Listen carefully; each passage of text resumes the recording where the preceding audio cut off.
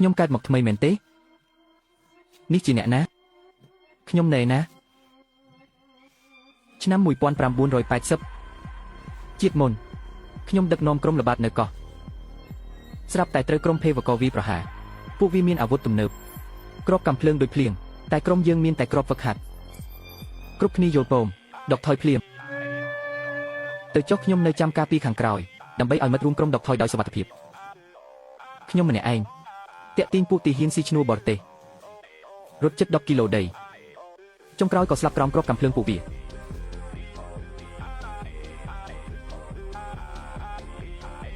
សំណាងហើយដែលមេឃមានភ្នែកឲ្យខ្ញុំកើតមកថ្មីម្ដងទៀត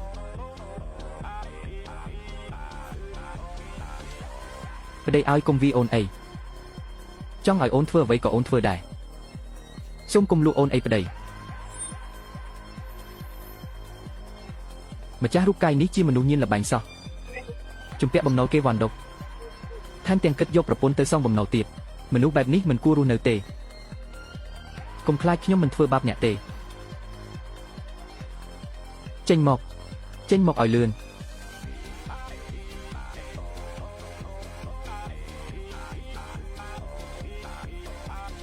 ហាហាអាលីងចាន់កាក់សំណល់ជំពាក់បងឡុងវូ150យន់និងដងត្រី30គីឡូមានស្នាមមេដែលច្បាស់បងហៃម៉ៅសូមមេត្តាសូមពន្យាពេលឲ្យពួកយើងបន្តិចទៀតខ្ញុំនឹងខំរកត្រីសងបងត្រីកំពេចកំពុកនឹងឲ្យឆ្មាស៊ីក៏មិនឆ្អែតផងសម្លឹងអ្វីពេលនៅកន្លែងលបែងតែលុតជង្គង់ហៅពួកយើងថាពូមិនឃើញឯងខ្លាំងបែបនេះទេលេងដែរអោហូចង់ស៊ីកំភ្លៀងមែនទេ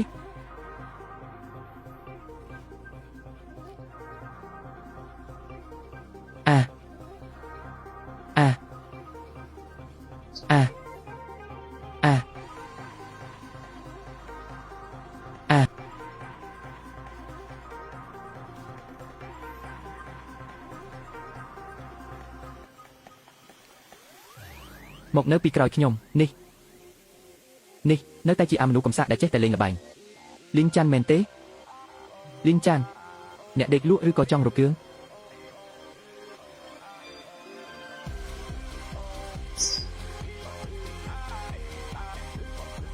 ពួកឯងចូលមកព្រមគ្នាទៅ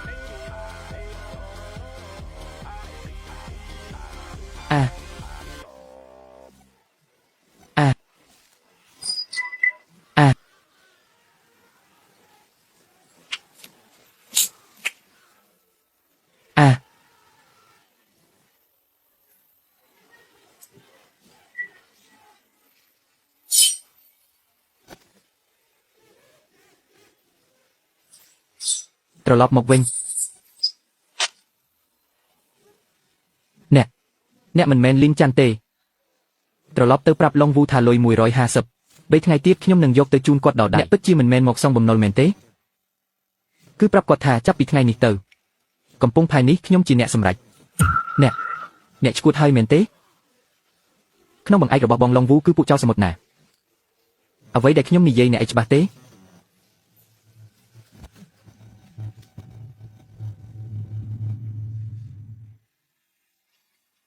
អ្នកជានរណាឲ្យពិតប្រាកដខ្ញុំជាប្តីរបស់អ្នកមិនមែនលីងចាន់ទេលីងចាន់មិនចេះវីតបទេរឹតតែមិនចេះការពីខ្ញុំកាលពីមុនមិនមែនបែបនេះទេចាប់ពីពេលនេះទៅគឺបែបនេះហើយក្នុងផ្ទះគ្មានអាហារ5ថ្ងៃមកហើយ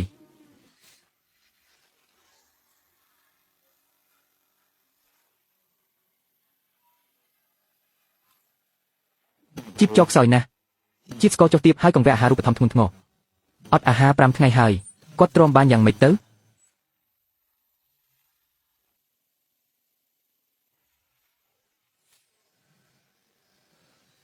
កុំទៅសមុទ្រនោះសមុទ្រមរណៈនោះមិនដែលឃើញទុកនេសាទណាត្រឡប់មកវិញទេចាំខ្ញុំត្រឡប់មកវិញខ្ញុំមិនឃ្លានទេខ្ញុំទ្រាំបានបាត់ដៃត្រជាក់ស្រេបសីតុណ្ហភាពរាងកាយកំពុងធ្លាក់ចុះបើមិនបានញ៉ាំអីទេយប់នេះប្រហែលមិនរួចខ្លួនទេ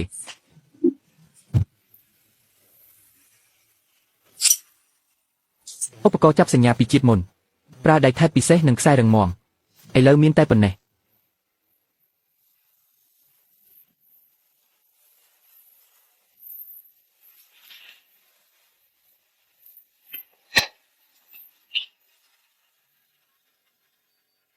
តែប៉ុណ្ណេះក៏គ្រប់គ្រាន់ដែរ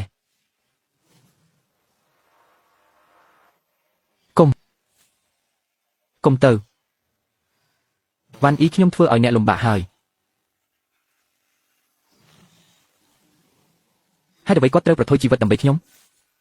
លីនច័ន្ទម្នាក់មុនសំបីតែខ្លួនឯងក៏មិនខ្វល់ផង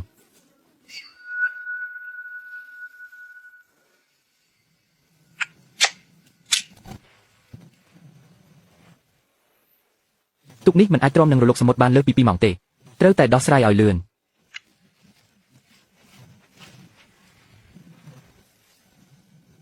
នោះមិនមែនអាលីនច័ន្ទទេក្រីព្រឹកព្រលឹមបែបនេះមកលើទូកធ្វើអីលីនច័ន្ទកំពុងធ្វើអីហ្នឹងចេញទៅនេសាទពីព្រលឹមម្លេះអូពូហ្វូសោះសុំទោសផងពូអាប់ក្រាស់ពេកខ្ញុំមើលមិនឃើញពូទេដឹងថាអាប់ក្រាស់ហើយនៅហ៊ានចេញទៅនេសាទទៀតស្ដាប់ពូទៅចាំថ្ងៃរះសិនចាំទៅធ្វើមិនបានបើមិនរកស៊ីក៏មិនដឹងធ្វើមិនដែរប្រពន្ធខ្ញុំកំពុងរងចាំនៅផ្ទះចុះឯងនឹងទៅណាទៅតំបន់សមុទ្រមរណៈថាឯណាលីនច័ន្ទអញឈួតហើយកន្លែងនោះគ្មានមនុស្សរស់នៅទេអ្នកនេសាទដែលចូលទៅមិនដែលឃើញនរណារស់ត្រឡប់មកវិញទេគេថាបើមិនចូលក្នុងរណ្ដៅខ្លាធ្វើមិនចាប់កូនខ្លាបានម្យ៉ាងទៀតរលកកាន់តែខ្លាំងត្រីកាន់តែថ្លៃត្រូវតែមានអ្នកហ៊ានទៅមិនអីទេពូកុំបារម្ភអីសុំខ្ចីភ្លើងបន្តិច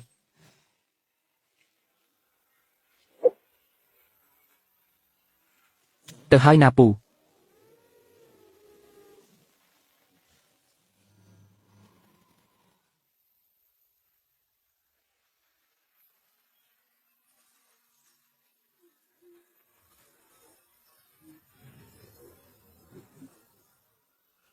សីតុណ្ហភាពទឹកទាបជាងធម្មតា3 ដងមានចរន្តទឹកត្រជាក់ហូរឡើងពីបាតសមុទ្រមានភ្លេកទន់ច្រើនត្រីក៏ច្រើនស៊ីចំណីឆ្អែត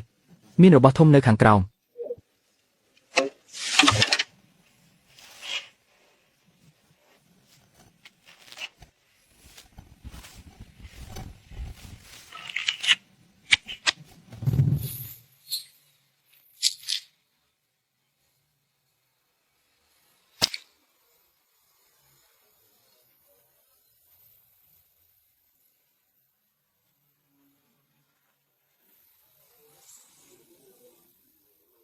ទិសម៉ោង 9 ប្រវែងប្រហែល1 ម៉ែត្រកន្លះ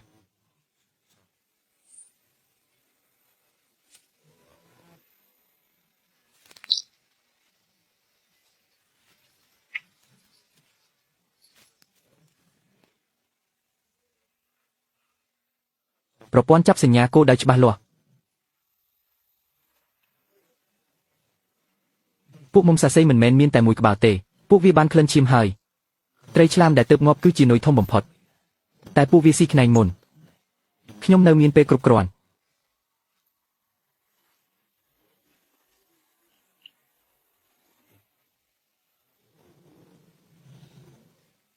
ប្រព័ន្ធចាប់សញ្ញាគ្រោះថ្នាក់ត្រូវបានដោះស្រាយ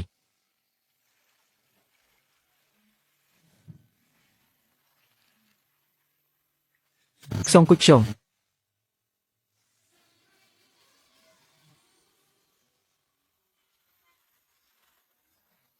មឹកយ៉ា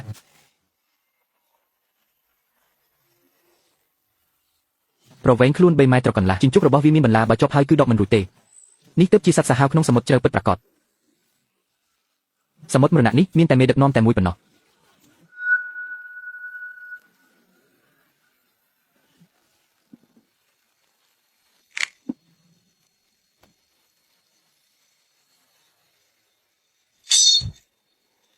ក្តារទូកជាចំណុចទម្ងន់ខ្លួនខ្ញុំជាកម្លាំងទប់វាហាក់ដូចជាកំពុងទាញព្រាត់ជាមួយទូកទាំងមូល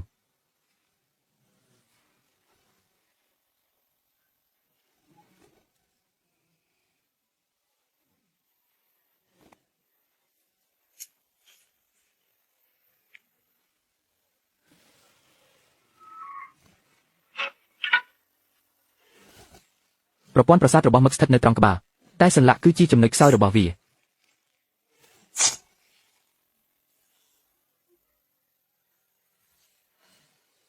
ប្រព័ន្ធចាប់សញ្ញាបញ្ជាក់គោលដៅម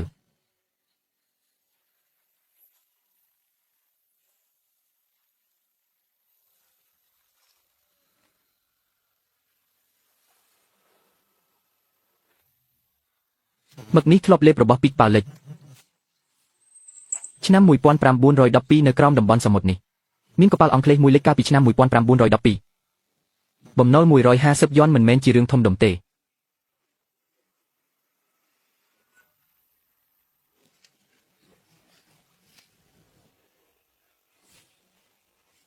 តែខ្ញុំហើយម៉ៅមិនចាំ3ថ្ងៃទេគេមិនមែនគូប្រកួតខ្ញុំឡើយ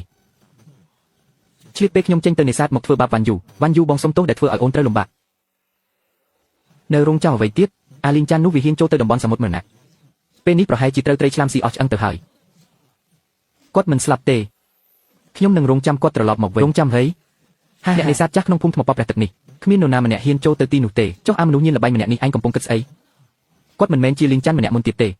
ខ្ញុំជឿថាគាត់នឹងត្រឡប់មកវិញដោយសុវត្ថិភាពទោះបីជាគាត់ខ្លាំងដូចយក្សក៏ដោយឲ្យតែហ៊ានចូលទៅក្នុងតំបន់ហាមឃាត់នោះគឺត្រូវតែស្លាប់ចាប់ខ្លួននាងទៅកុំចូលមកបើពួកអ្នកហ៊ានចូលមកទៀតខ្ញុំនឹងស្លាប់នៅទីនេះអូហូអញហ៊ានគំរាមខ្ញុំផងអីពួកឯង3នាក់ចាប់នាងមក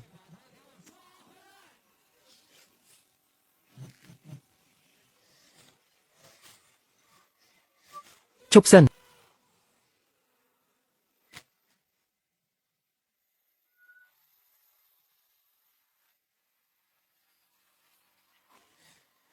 បងស្មានថាអូនមិនអាចត្រឡប់មកវិញបានទៅហើយបងប្រាប់ហើយថានឹងត្រឡប់មកវិញអូនទៅសមុទ្រមរណៈមែនទេហេតុអ្វីបានជាបងដឹងពូហ្វូប្រាប់បងគាត់ថាអូនចេញទៅម្នាក់ឯងខ្លាចមានរឿងមិនល្អវ៉ាន់យូគម្រោងចាំទៀតអីប្តីញៀនលបែងរហែជាស្លាប់ក្នុងសមុទ្រមរណៈបាត់ទៅហើយមិនអាចទេគាត់សន្យាថានឹងត្រឡប់មកវិញដោយសុវត្ថិភាពនាងនេះមិនក៏រឹងរូសម្លេះប្តីនាងវីនាងរាល់ថ្ងៃនាងនៅតែនឹកគេទៀតហីពូហ្វូតែថាតែខ្ញុំមានអារម្មណ៍ថាគាត់ផ្លាស់ប្ដូរហើយមនុស្សញៀនល្បែងម្នាក់នោះមានអីផ្លាស់ប្ដូរទៅទោះផ្លាស់ប្ដូរយ៉ាងណាក៏មិនចោលចរិតចាស់មិនបាត់ដែរមិនមែនទេថ្ងៃនេះពេលហើយម៉ៅនាំមនុស្សមកតាមរកខ្ញុំ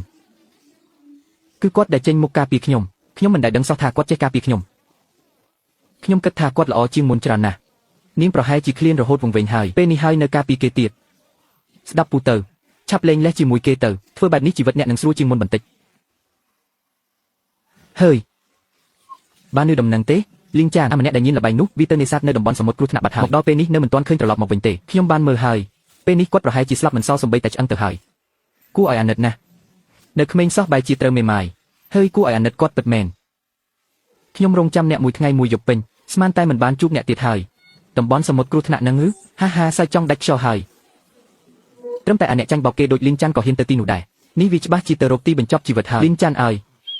អ្នកមិនស៊ើបសួរឲ្យច្បាស់សិនទេតំបន់សមុទ្រគ្រោះថ្នាក់នោះជាតំបន់គ្មានមនុស្សរស់នៅទេអ្នកដែលទៅទីនោះមិនដែលឃើញនរណារស់ត្រឡប់មកវិញទេខ្ញុំថាគាត់នឹងគ្រាន់តែចង់សម្ញែងអួតប្រពន្ធខ្លួនឯងប៉ុណ្ណោះមិនក៏ពួកអ្នកចង់ឲ្យខ្ញុំស្លាប់ខ្លាំងម្ល៉េះ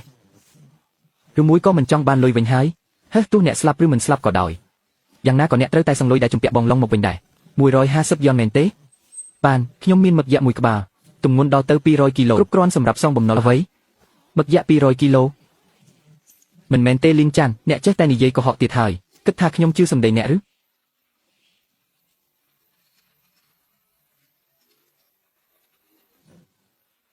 មើលដោយខ្លួនឯងទៅថាវាជាអ្វី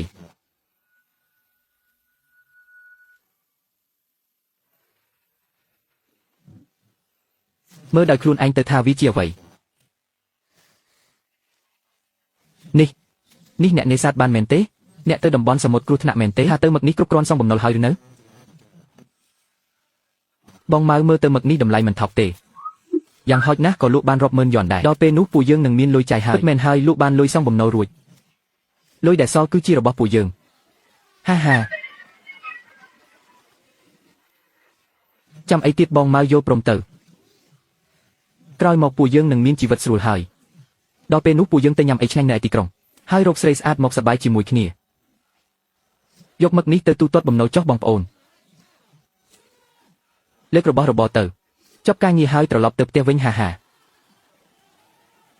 ចាំសិន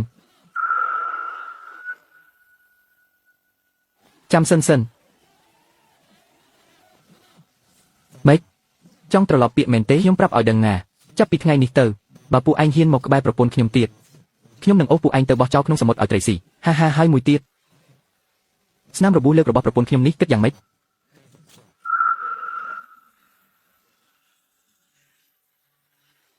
ទៅឲ្យឆ្ងាយពីនេះទៅ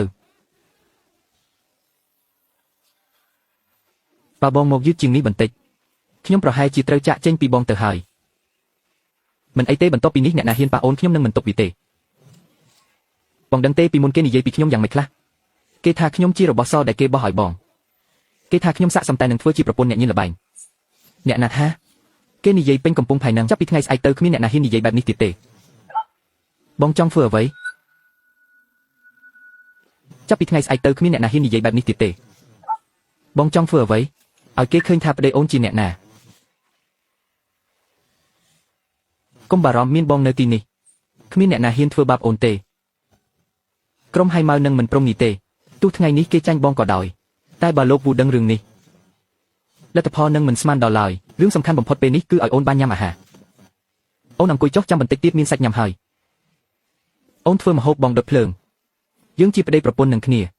ជាតិមុនខ្ញុំជាមេបញ្ជាការកងទ័ពជើងទឹកមិនដែលឮអ្នកណានិយាយពាក្យថាប្តីប្រពន្ធបែបនេះទេញ៉ាំស៊ុបយិនសិននេះសិនទៅស៊ុបមឹកកំពុងរំងាស់បន្តិចទៀតអូនឃ្លានយូរហើយកុំទាន់ញ៉ាំលឿនពេកក្រពះនឹងឈឺនេះជាត្រសក់សមុទ្របងរាវបានពីក្នុងថ្មប៉ព្រះទឹករបស់ធម្មជាតិយ៉ាងហោចណាស់ក៏10ឆ្នាំដែរបងយកមកចំអិនបែបនេះមែនទេចុះឲ្យធ្វើម៉េចអូនដឹងទេថាបើយកទៅលក់បានលុយច្រើនប៉ុណ្ណាដឹងហើយបងនៅយកមកយើងនៅជំពាក់បំណុលគេណាមនុស្សសំខាន់ជាងលុយទៅទៀត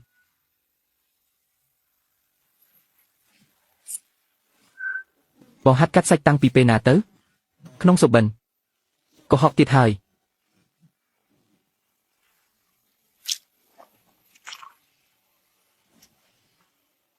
ញ៉ាំយឺតប្រយ័ត្ននៅលេប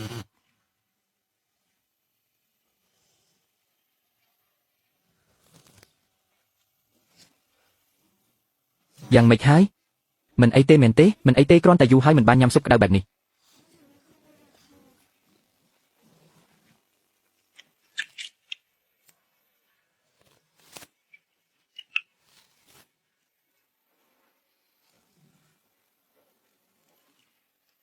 អ្នកដែលឃ្លានយូរតែងតែបែបនេះគាត់កំពុងតែសន្សំទុកញ៉ាំបន្តិចម្ដងវ៉ាន់យូឯងយ៉ាងម៉េចហ្នឹងរសជាតិមិនឆ្ងាញ់មែនទេមិនមែនខ្ញុំមិនហ៊ានញ៉ាំច្រើនទេខ្លាចញ៉ាំអស់ពេលនេះទៅពេលក្រោយគ្មានអ្វីញ៉ាំទៀតមិនអីទេញ៉ាំឲ្យឆ្អែតទៅញ៉ាំអស់នៅមានក្នុងឆ្នាំងទៀតមិនបាច់ទេខ្ញុំឆ្អែតហើយចុះបើទុកសាច់ដែលនៅសល់នេះទុកញ៉ាំពេលក្រោយវិញមិនបានទេសាច់ប៉ុន្មានដុំនេះទុកដល់ស្អែកច្បាស់ជាជូរហើយចុះធ្វើម៉េចទៅនៅសល់ច្រើនម្លេះបើចោលក៏ស្ដាយដែរបើចង់ទុកចាំខ្ញុំបង្រៀនធ្វើសាច់ក្រៀមទុកញ៉ាំបានដល់កន្លះខែណោះចុះបើថ្ងៃណាមួយគ្មានអ្វីញ៉ាំទៀតនោះរឿងនឹងមិនអីទេក្នុងសមុទ្រមានអាហារច្រើនណាស់ញ៉ាំអស់ចាំខ្ញុំទៅរកទៀតក្លិនអីនឹងឈ្ងុយម្លេះ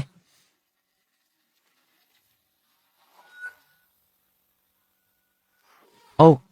មិនមែនផ្ទះលីងចាន់ទេហេនិយាយថាម្សិលមិញហើយម៉ៅមកបង្កចំនួនទៀតមែនទេចុះហេតុអ្វីមិនទាន់ឃើញគេអូសទៅទៀតវ៉ាន់យូគ្រូសាឯងម្សិលមិញត្រឡប់មកផ្ទះយឺតមែនទេស្នាមនៅមាត់ឯងនៅមិនទាន់បាត់ផងមាត់ឯងនេះនិយាយច្រើនម្លេះ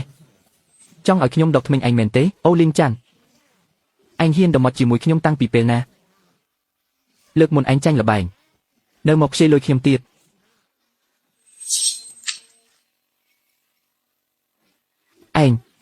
ឯងយកលុយមកពីរើបានពីសមុទ្រមានការអីទៀតទេ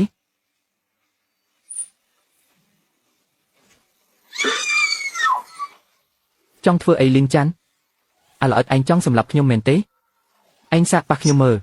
ទុកវាទៅគេគ្រាន់តែខឹងរឿងគេជេរមិនបានសម្រេចម្សិលមិញប្តីឯងទៅតំបន់គ្រោះថ្នាក់ហើយចាប់បានមឹកយក្សមួយក្បាលល្បីពេញកំពុងផែអស់ហើយខែមុនលោកចិនរើបានសាកសពសោតនៅមាត់ផែលងវូដឹងរឿងក៏ឲ្យគេវាបំបាក់ជើងគាត់ចោលបាត់ទៅត្រឡប់ទៅប្រាប់ប្តីអ្នកទៅមុនពេលដែលឡុងវូរកឃើញត្រូវរកវិធីគេចខ្លួនឲ្យលឿន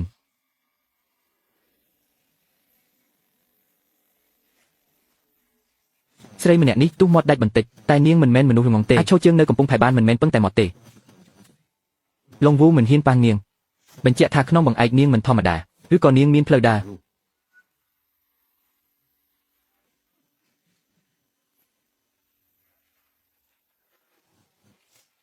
ខ្ញុំមិនត្រឡប់ទៅវិញទេមានតែរស់ទេទើបមានផ្លូវថយក្រោយលីនចាន់អ្នកពិតជាខ្លាំងមែនវីហៃនីវហើយនៅអាចរស់ត្រឡប់ពីតំបន់គ្រោះថ្នាក់បានទៀត មានការអីនិយាយមកមានគេរីកាថាអ្នកលួចចូលតំបន់គ្រោះថ្នាក់ថែមចាប់បានមឹកយ៉ាក់មួយនឹងត្រីគុជខ្យងរាប់សិបគីឡូរបស់ទាំងនេះជារបស់ខ្ញុំទាំងអស់ហើយអ្វីបានជាត្រូវឲ្យអ្នកព្រោះអ្វីក្នុងសមុទ្រនេះស្ថិតក្រោមការគ្រប់គ្រងរបស់ខ្ញុំបើមិនដឹងរឿងទេក៏ទៅឲ្យឆ្ងាយទៅអ្នកមកពីខាងការពីសមុទ្រឬខាងយូចឹងកុំមកមាត់រឹងដាក់ខ្ញុំមឹកយ៉ាក់នឹងត្រីរបស់អ្នកខ្ញុំដឹកយកទៅអស់ហើយឈប់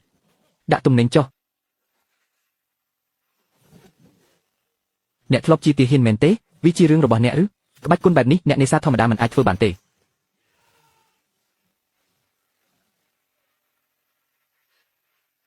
ចេះហើយទឹកទេខ្ញុំអាចទប់ដង្ហើមបាន4នាទីធម្មពលខ្លាំងមែនកាយសម្ទាបែបនេះបើនៅក្នុងកងទ័ពជើងទឹកគឺអាចជាប់ចំណាត់ថ្នាក់លេខ3បានខ្ញុំចង់បានអ្នកមកធ្វើការឲ្យក្រុមត្រីបែបនេះវាខាត់បងណាស់អ្នកយល់ទេខ្ញុំយល់ថាអ្នកមិនមែនជាមនុស្សអាក្រក់ទេ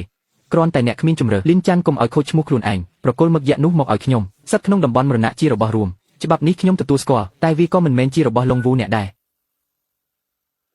មុនថ្ងៃលេខថ្ងៃស្អែកខ្ញុំនឹងយកលិខិតអនុញ្ញាតផ្លូវការពីកងការពីសមុទ្រមកឲ្យមើលអ្នកវាគ្រាន់តែជាអ្នកលេងល្បែងម្នាក់យកអ្វីទៅធ្វើលិខិតផ្លូវការខ្ញុំសួរអ្នកមួយម៉ាត់ហ៊ានភ្នាល់ជាមួយខ្ញុំទេ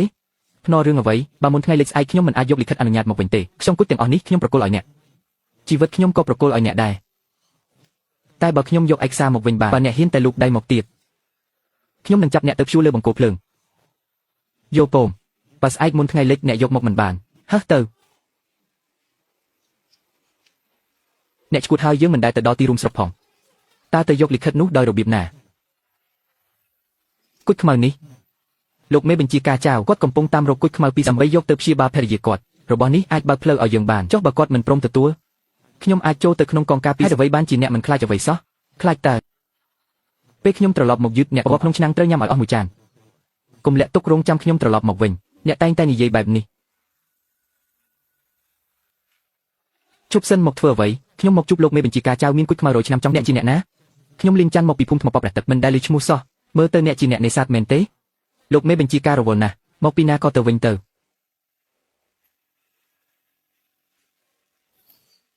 សូមជួយរាយការណ៍ប្រាប់គាត់បន្តិចថាជារបស់មកពីតំបន់សមុទ្រមរណៈ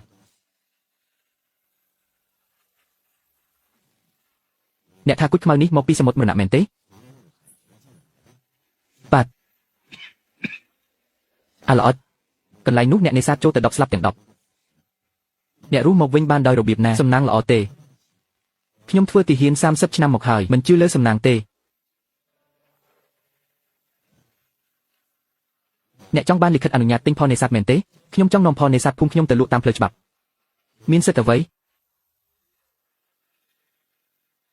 បើអញ្ចឹងខ្ញុំបន្ថែមជីវិតខ្ញុំមួយទៀតជីវិតអ្នកណាបើអ្នកឲ្យខ្ញុំធ្វើជាអ្នកទិញផលនេសាទខ្ញុំធានាថានឹងយកផលនេសាទមកជូនភ្លាមបើខ្ញុំធ្វើឲ្យអ្នកខាតខ្ញុំនឹងលោតទឹកសមុទ្រអាល្អិតខ្ញុំធ្វើទាហានរាប់សិបឆ្នាំមិនដែលមើលមនុស្សខុសទេខ្លួនអ្នកមានក្លិនពិសេសមួយក្លិនអីហ្នឹងក្លិនសមុទ្រនិងក្លិនគ្រាប់រំសេវអ្នកធ្លាប់ធ្វើទាហានមែនទេប្រហែលជាក្នុងសុបិន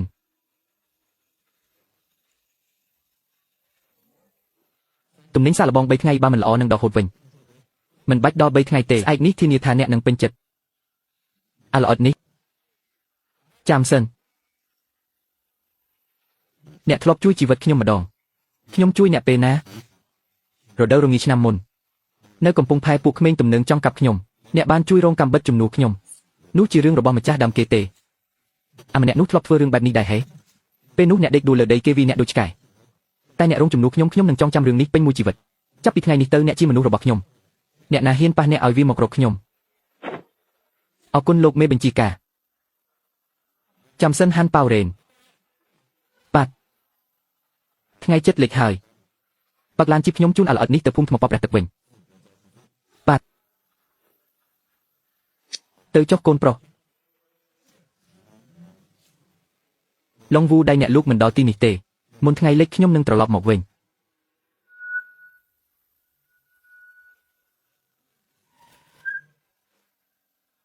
ឡុងវូត្រឡប់មកវិញហើយហេ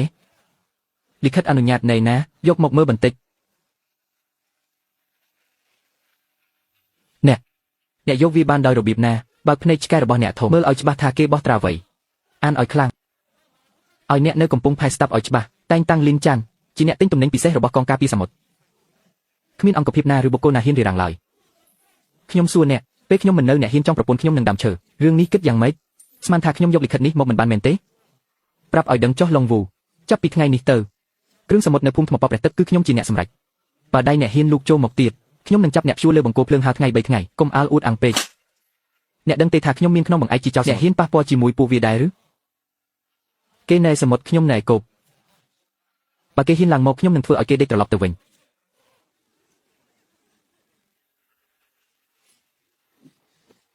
អ្នករកវាបានមែនទេខ្ញុំធ្លាប់សន្យាថានឹងត្រឡប់មកវិញមុនថ្ងៃលិចខ្ញុំស្មានថាអ្នកមិនអាចត្រឡប់មកវិញបានទៀតហើយខ្ញុំមិនឲ្យអ្នករងចាំយូរទៀតល្អខ្ញុំនឹងជឿអ្នកចាប់ពីពេលនេះទៅខ្ញុំនឹងជឿអ្នកលីនចាន់តើអ្នកជានរណាឲ្យពិតប្រាកដគ្រាន់តែជាអ្នកនេសាទមែនទេអ្នកនេសាទទេណាអាចមានបានទិញទំនិញពិសេសបានថែមទាំងឲ្យកងការពីសមុទ្របើករថយន្តយោធាជូនមកទៀតសូម្បីតែម្សៅនិងសាច់ជ្រូកក៏គេឲ្យអ្នកដែរខ្ញុំគ្រាន់តែសំណាងល្អប៉ុណ្ណោះបានហើយបើអ្នកមិនចង់និយាយក៏មិនបាច់និយាយទៅបងប្រុសបែបនេះទើបហៅថាជាប្រុសពិតប្រាកដពិតជាអស្ចារ្យណាស់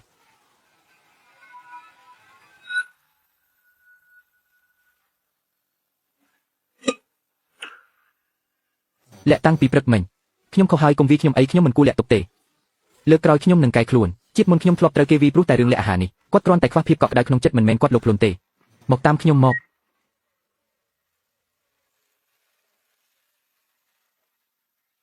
ទាំងអស់នេះនេះជាអ្វីដែលខ្ញុំយកគុជខ្មៅទៅដូរជាមួយកងការពីទើបបានរបស់ទាំងនេះមកបូករួមទាំងរបស់ក្នុងឡានទៀតយើងអាចហូបបានមួយឆ្នាំពេញ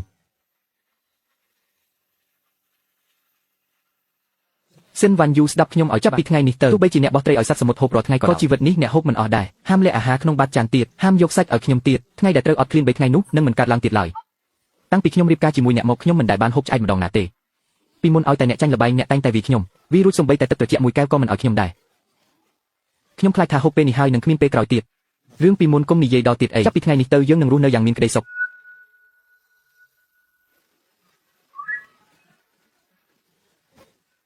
បងចាំងហេតុអ្វីបានជាបងមកទីនេះ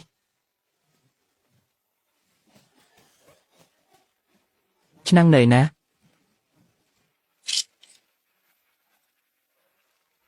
សៀវជូអ្នកនេះជានរណាម៉ែគាត់គឺជាលីនចាន់ដែលកូនធ្លាប់និយាយប្រាប់ម៉ែគឺអាអ្នកញៀនល្បែងម្នាក់នោះតែម៉ែឥឡូវគាត់មិនដូចមុនទេអ្នកមីងហូបស៊ុបនេះទៅក្នុងរយៈពេល3ថ្ងៃអ្នកនឹងមិនកប់ដល់ថ្នាក់ដេកមិនលក់ទៀតទេចាប់ពីពេលនេះទៅរៀងរាល់ខ្ញុំឲ្យគេយកត្រីសមុទ្រមកឲ្យរបស់នេះថ្លៃខ្លាំងណាស់យើងយកអីទៅសងគេបើគ្មានលុយគ្រាន់តែនិយាយមួយម៉ាត់មកនិយាយអីមកធ្វើការជាមួយខ្ញុំបងចាន់បងព្រមនាំខ្ញុំទៅមែនទេកម្លាំងកាយរបស់ឯងបើនៅជាមួយឡុងវូពិតជាខាត់បងណាស់មកធ្វើការជាមួយខ្ញុំនឹងនាំឯងទៅនេសាទត្រីធំរកលុយបានច្រើនបងចាន់ជីវិតខ្ញុំចាប់ពីថ្ងៃនេះទៅជាកម្មសិទ្ធិរបស់បងជីវិតគឺជាជំរឿនរបស់ឯងខ្ញុំគ្រាន់តែចង់ឲ្យឯងចាំមួយម៉ាត់អី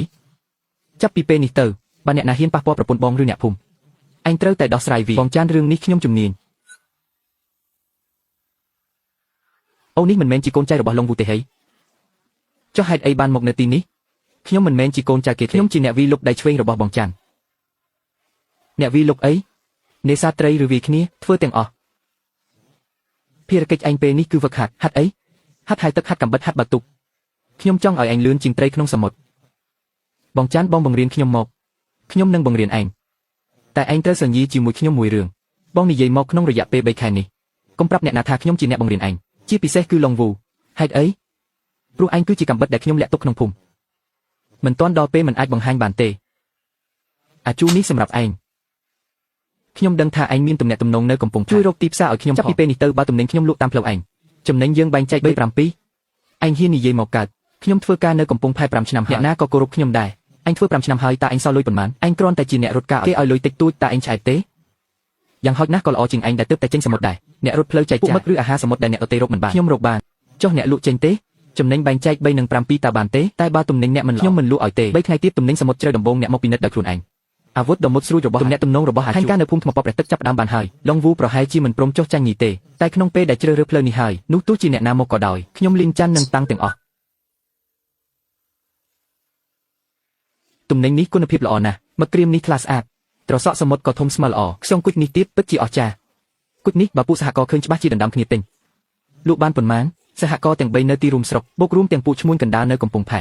ទំនិញនេះយ៉ាងហោចណាស់ក៏បានប៉ុណ្ណេះដែរ3300អ្នកមិនយកពីទីផ្សារឬធ្វើជាល្ងង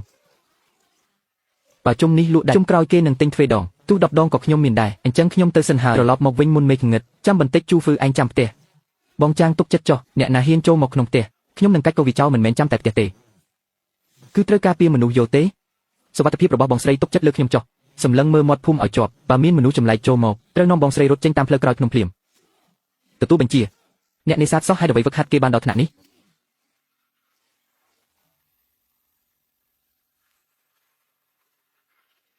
មួយនេះមិនបានទេខ្ញុំប្រើកាំបិតមិនចេះទេខ្ញុំបង្រៀនអ្នកចាំចំណុចពីរនេះកញ្ចឹងគោលផ្លូវបើមានអ្នកណាហ៊ានប៉ះពាល់អ្នកចាក់ចំកន្លែងទាំងពីរនេះចាក់ចូលហើយកុំដកចេញអ្នកដឹងមែនទេថាមានគេនឹងមកខ្ញុំធ្លាប់ជំពាក់លុយនៅកាស៊ីណូទីរួមស្រុក200យ៉នអ្នកដែលឲ្យខ្ចីលុយនោះគឺដាវប៉ាឈីមកពីក្រៅតំបន់ខ្សែដែលឡុងវូបានភ្ជាប់ឲ្យគេម្សិលមិញឡុងវូខាតបងធ្ងន់ណាស់ខ្ញុំស្មានថាគេមិនព្រមបញ្ចប់ត្រឹមនេះទេថ្ងៃនេះដាវប៉ាឈីប្រហែលជាមកទារលុយ200យ៉នរឿងរកលុយសងគេខ្ញុំជាអ្នកដោះស្រាយអ្នកគ្រាន់តែចាំថាចុងកាំបិតត្រូវតែចង្អុលទៅហាមចង្អុលមកខ្លួនឯងខ្ញុំចាំបានហើយចាំខ្ញុំត្រឡប់មកវិញអ្នកតែងតែនិយាយបែបនេះរហូតលើកនេះក៏ដូចគ្នាទៅចុះបើយឺតជាងនេះឡានក្រុងនឹងបិទហើយ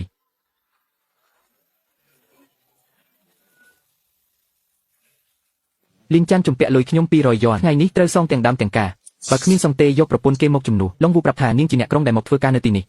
មុខមាត់ស្អាតណាស់បើលក់ទៅក្រៅតំបន់យ៉ាងហោចណាស់ក៏បាន570យ៉នដែរចុះហើយជូវិញឮថាវាមានកម្លាំងខ្លាំងណាស់ស្ទៀវម្នាក់តើវាបានប៉ុន្មានអ្នកទៅពួកឯង2នាក់ចូលទៅចាប់វាឲ្យជាប់បើវាហ៊ានកម្រើកវានឹងគោលកាំភ្លើងហាមបាញ់កាំភ្លើងបើសំឡេងនឹងមានរឿងមុនមេឃងឹតត្រូវចូលទៅក្នុងភូមិទំនិញពេញមួយរទេះតម្លៃ323យ៉នលក់ដាច់អស់រលីងថៅកែធំប្រធានសហករណ៍នៅកំពង់ផែស្រុកគេសម្លឹងមើលមិនដាក់ភ្នែកទេគេចាប់ដៃខ្ញុំសួរថាទំនិញពេលណាបានមកដល់3ថ្ងៃទៀតបង្កើនចំនួនទ្វេដងបង្កើនទ្វេដង3ថ្ងៃទៀតយកអ្វីទៅឲ្យគេថ្ងៃស្អែកយើងនឹងចេញទៅសមុទ្រល្អណាស់បើធ្វើបែបនេះក្រោយចូលឆ្នាំយើងនឹងក្លាយជាអ្នកមានបំផុតក្នុងតំបន់នេះមានរឿងអ្វីមានអ្វីខុសមែនទេនៅលើដីមានស្នាមកង់ឡានហើយក៏មានស្នាមជើងមនុស្សចំណែកជើងកែងមិនមែនជារបស់អ្នកភូមិទេហើយមានច្រើនគូទីមនុស្សរបស់ឡុងវូមិនជិះឡានបែបនេះទេមកពីក្រៅតំបន់អ្នកដឹងបានយ៉ាងម៉េចអ្នកចាំនៅទីនេះមើលទំនិញឲ្យល្អមុនមេឃងឹតបើខ្ញុំមិនទាន់មកវិញអ្នកត្រូវរីកាទៅក្រុមការពារស្លីងចឹង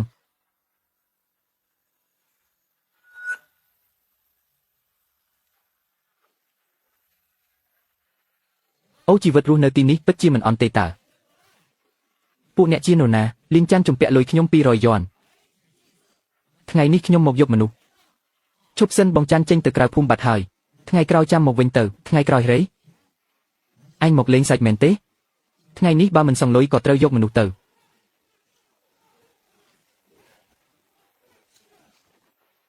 បងស្រីកុំចេញមកអីអញក៏មិនធម្មតាដែរតើមិនចម្លែកទេដែលឡុងវូថាអញជាមនុស្សរឹងរូសចូលមកខ្ញុំមានកម្លាំងដល់ទៅ100ពួកឯងចូលមកទៀតមើលអ្នកណាហ៊ានប៉ះខ្ញុំបងស្រីខ្ញុំនឹងកាច់កោពួកវាចោលទាំងអស់កម្រើកទៀតខ្ញុំបាញ់ចោលឥឡូវហើយអញសាកបាញ់មើលបងច័ន្ទត្រឡប់មកវិញនឹងចាប់ពួកឯងបោះទៅសមុទ្រឲ្យត្រីស៊ីអាល្អិតមាត់រឹងណាស់ញ៉ែកម្លាំងខ្លាំងយ៉ាងណាក៏មិនឈ្នះកាំភ្លើងដែរចាប់វាចុះ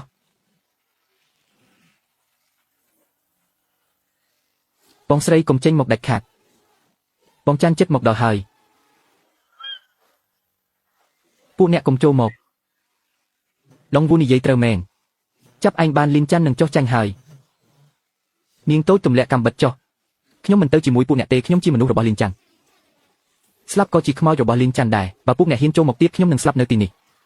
ដល់ពេលនោះពួកអ្នកកុំសង្ឃឹមថានឹងបានលុយមួយកាក់សោះអញហ៊ានសាកមើល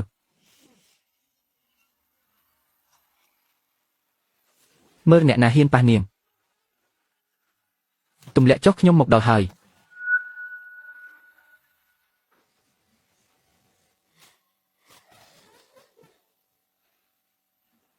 លីនចាន់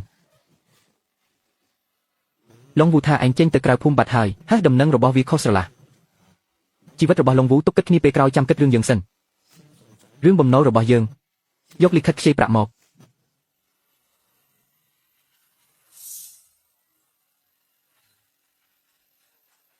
សង300នេះឲ្យរួចរាល់ទៅលីនចាន់អញពិតជាមិនធម្មតាមែនឡុងវូថាឯងដូចមនុស្សផ្សេងពីមុនថ្ងៃនេះខ្ញុំជឿហើយពីមុនឯងចាញ់រហូតដល់អស់ខ្លួនមិននឹកស្មានថាឥឡូវមានវិធីសាស្ត្រខ្លាំងម្ល៉េះសងរួចហើយក៏ត្រឡប់ទៅវិញទៅប្រាប់ឡុងវូផងលើកក្រោយឲ្យវាមកដោយខ្លួនឯងកុំពួនក្រោយខ្នងអ្នកដទៃទៀត ហើយកុំមកធ្វើមុខដាក់ខ្ញុំប្រាប់ឲ្យទៅឲ្យឆ្ងាយបានហើយអាល្អិតថ្ងៃនេះទុកមុខឲ្យឯងម្ដងបើបានលុយហើយខ្ញុំមិនប៉ះពាល់ប្រពន្ធឯងទេតែផែននេះមិនមែនជារបស់ឯងម្នាក់ឯងទេបានអនុញ្ញាតរបស់ឯងថ្ងៃណាមួយខ្ញុំនឹងហែកវាចោលចាំមើលទៅ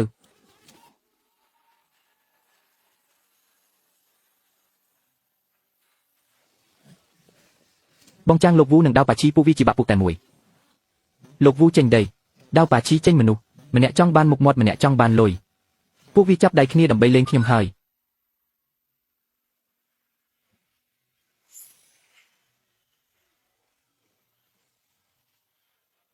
មានរឿងអីលីនចាន់ខ្ញុំសុំនិយាយខ្លីចុះ3ថ្ងៃមុនខ្ញុំបានបញ្ជូនទូកល្បាត3គ្រឿងទៅពិនិត្យការរត់ពន្ធនៅសមុទ្រខាងកើតរហូតមកដល់ពេលនេះគ្មានសញ្ញាណាមួយត្រឡប់មកវិញទេតើលោកចង់ឲ្យខ្ញុំធ្វើអ្វីទូករបស់កងល្បាតសមុទ្រទាំងអស់ជាប់គាំងនៅផែរលកធំពេកមិនអាចចេញទៅបានទេខ្ញុំសង្ស័យថាពួកគេប៉ះជាមួយក្រុមរត់ពន្ធប្រដាប់អាវុធពីបរទេសអាវុធកម្រិតណាដែលអាចធ្វើសកម្មភាពក្នុងរលកធំបែបនេះបានក្រុមល្បាតរបស់ខ្ញុំបាត់ដំណឹងទាំងស្រុងលោកសាក់គិតមើលទៅថាវាខ្លាំងកម្រិតណាមនុស្ស4ទៅ5មួយនាក់មានឧបករណ៍ជំនាញធ្លាប់ឆ្លងកាត់ការហ្វឹកហាត់ប្រយុទ្ធតាមសមុទ្រមិនមែនចៅសមុទ្រធម្មតាទេគឺជាខៀបកអាជីពពេញមួយឆ្នេរសមុទ្រខាងកើតនេះអ្នកដែលអាចចេញទៅសមុទ្រក្នុងអាកាសធាតុបែបនេះបានមានតែលោកលីនចាន់ម្នាក់ប៉ុណ្ណោះលោកនឹងឲ្យអ្វីដល់ខ្ញុំកាំភ្លើងវែងមួយដើមគ្រាប់100គ្រាប់និងកាំបិទយោធាមួយដើមប៉ុណ្ណឹងគ្រប់គ្រាន់ទេគ្រប់គ្រាន់ហើយលោកយល់ព្រមហើយមែនទេតែខ្ញុំមានលក្ខខណ្ឌមួយនិយាយមកបើខ្ញុំមិនអាចត្រឡប់មកវិញសូមលោកជួយការពារប្រពន្ធខ្ញុំឲ្យមានសុវត្ថិភាពពេញមួយជីវិតមិនថាលោកវូឬដាវប៉ាឈីបើអ្នកណាម្នាក់ហ៊ានប៉ះសក់នាងមួយសរសៃខ្ញុំសូមផ្ញើជីវិតនាងនឹងលោកហើយលោកប្រកាសជាត្រឡប់មកវិញបានចុះបើខ្ញុំត្រឡប់មកវិញមិនបានខ្ញុំសន្យាថាចាប់ពីពេលនេះទៅប្រពន្ធលោកគឺជាកូនស្រីបង្កើតរបស់ខ្ញុំអ្នកណាហ៊ានប៉ះគាត់ខ្ញុំនឹងយកជីវិតទៅបដូរចុះលោកមេបញ្ជាការចៅវិញតើខ្ញុំត្រូវចេញដំណើរពេលណាឬឡើងចេញដំណើរភ្លាមបើពន្យាពេលមួយថ្ងៃឱកាសដែលពួកគេត្រឡប់មកវិញរស់ក៏កាន់តែតិច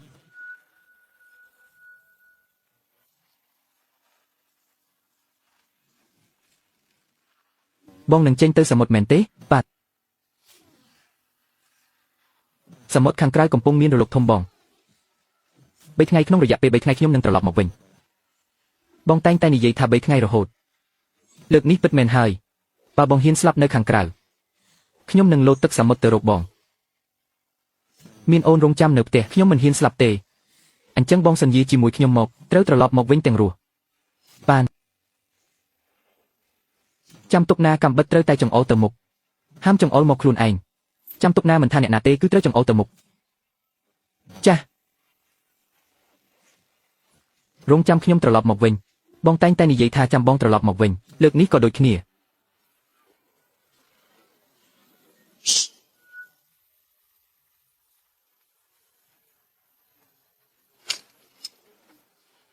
បងចៅរលកធំម្លេះ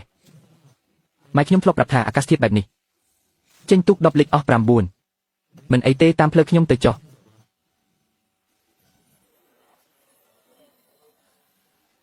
កាន់ចង្កូតឲ្យជាប់មើលទៅមុខនោះជាឧបករណ៍បញ្ជូនសញ្ញាផលិតនៅរុស្ស៊ីបងទៅមុខកន្លះម៉ៃទៀតខ្សែដែកនឹងរំជាប់ក្បាលម៉ាស៊ីនរួចពួកគេនឹងឃើញសញ្ញានៅលើច្រាំងចុះធ្វើម៉េចកាត់ខ្សែវាចោលសិនទៅជួចាំទុកណាបន្តិចទៀតយើងនឹងចូលតំបន់ប្រយុទ្ធពួកគេមានកាំភ្លើងមានគ្រាប់បែកហើយមានអាវុធទំនើបទៀតតែនេះជាសមុទ្ររបស់យើងនៅលើសមុទ្រនេះកាំភ្លើងមិនស៊ូនឹងខួរក្បាលទេបើកតាមកន្លងទូកខ្ញុំផ្លូវដែលខ្ញុំឆ្លងកាត់ទើបជាផ្លូវរស់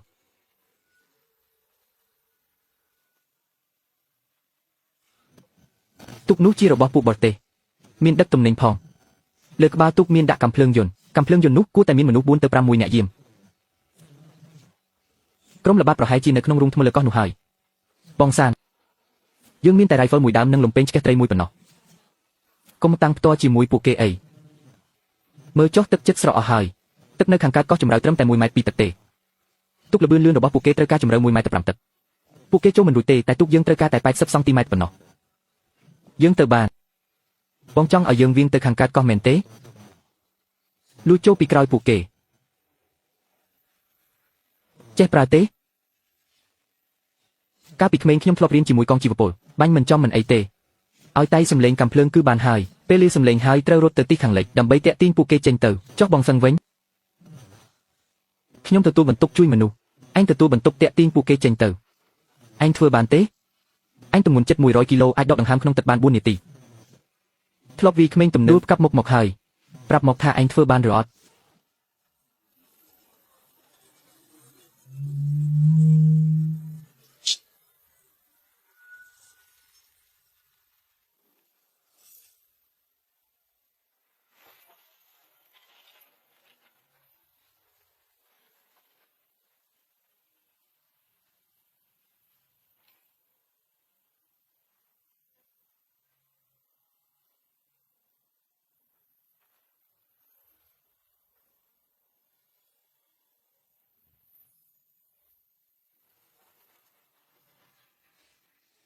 ទទួលបានសញ្ញាទឹកចូលគោលដៅទី1និងទី2បានដោះស្រាយរួចរាល់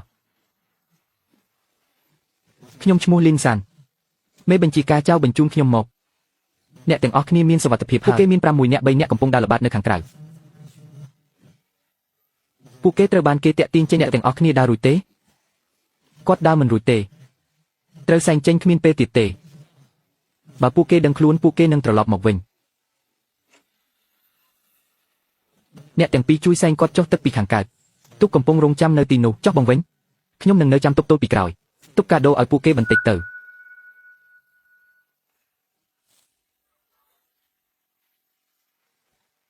មិនដឹងទេ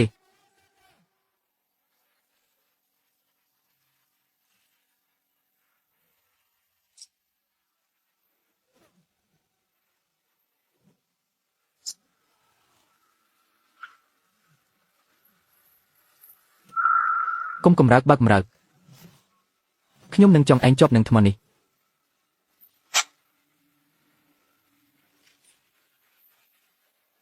ជួយចង់មនុស្សទាំង3នាក់នេះឲ្យជាប់បងសានខ្ញុំទើបតែបាញ់កាំភ្លើង2គ្រាប់នៅខាងកើតពួកវាទាំងអស់គ្នារត់ទៅខាងលិចអស់ហើយខ្ញុំក៏វាងរង្វង់ត្រឡប់មកវិញមិនមែនឯងថាឯងមិនស្គាល់ផ្លូវទេខ្ញុំមិនស្គាល់ផ្លូវមែនតែខ្ញុំស្គាល់ទិសខ្យល់បក់ទៅណាខ្ញុំរត់ទៅនឹងទឹកក៏ត្រជាក់ណាស់បងសានសរសើរខ្ញុំទៀតហើយចាំដល់ផ្ទះចាំសរសើរទៀតទៅយើងត្រឡប់ទៅផ្ទះវិញ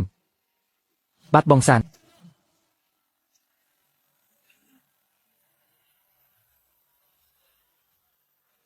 វ៉ាន់យូបងត្រឡប់មកវិញហើយគ្រប់3ថ្ងៃល្មម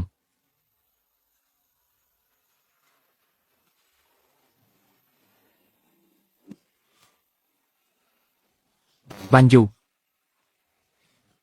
បងប្រាប់ហើយថាឲ្យចាំបងមកយឺត2ម៉ោងហើយតាមផ្លូវរលកធំពេកសមុទ្រត្រីត្រជាក់អស់ហើយបងយកទៅកម្ដៅទៅខ្យងគុជនេះវាបញ្ចេញខ្សាច់អស់3ថ្ងៃហើយល្អហើយអីចឹងវាមិនលេចទេបើបងកុហកអូន3ថ្ងៃទៀតអូននឹងលោតទឹកសមុទ្រពិតមែនហើយលេងកុហកហើយទៅណាថ្ងៃក្រោយបងនឹងនាំអូនទៅជាមួយពាក្យដែលបងនិយាយអូនចាំទាំងអស់ចាំបានហើយល្អណាស់ទៅផ្ទះញ៉ាំសុំមួយគ្នា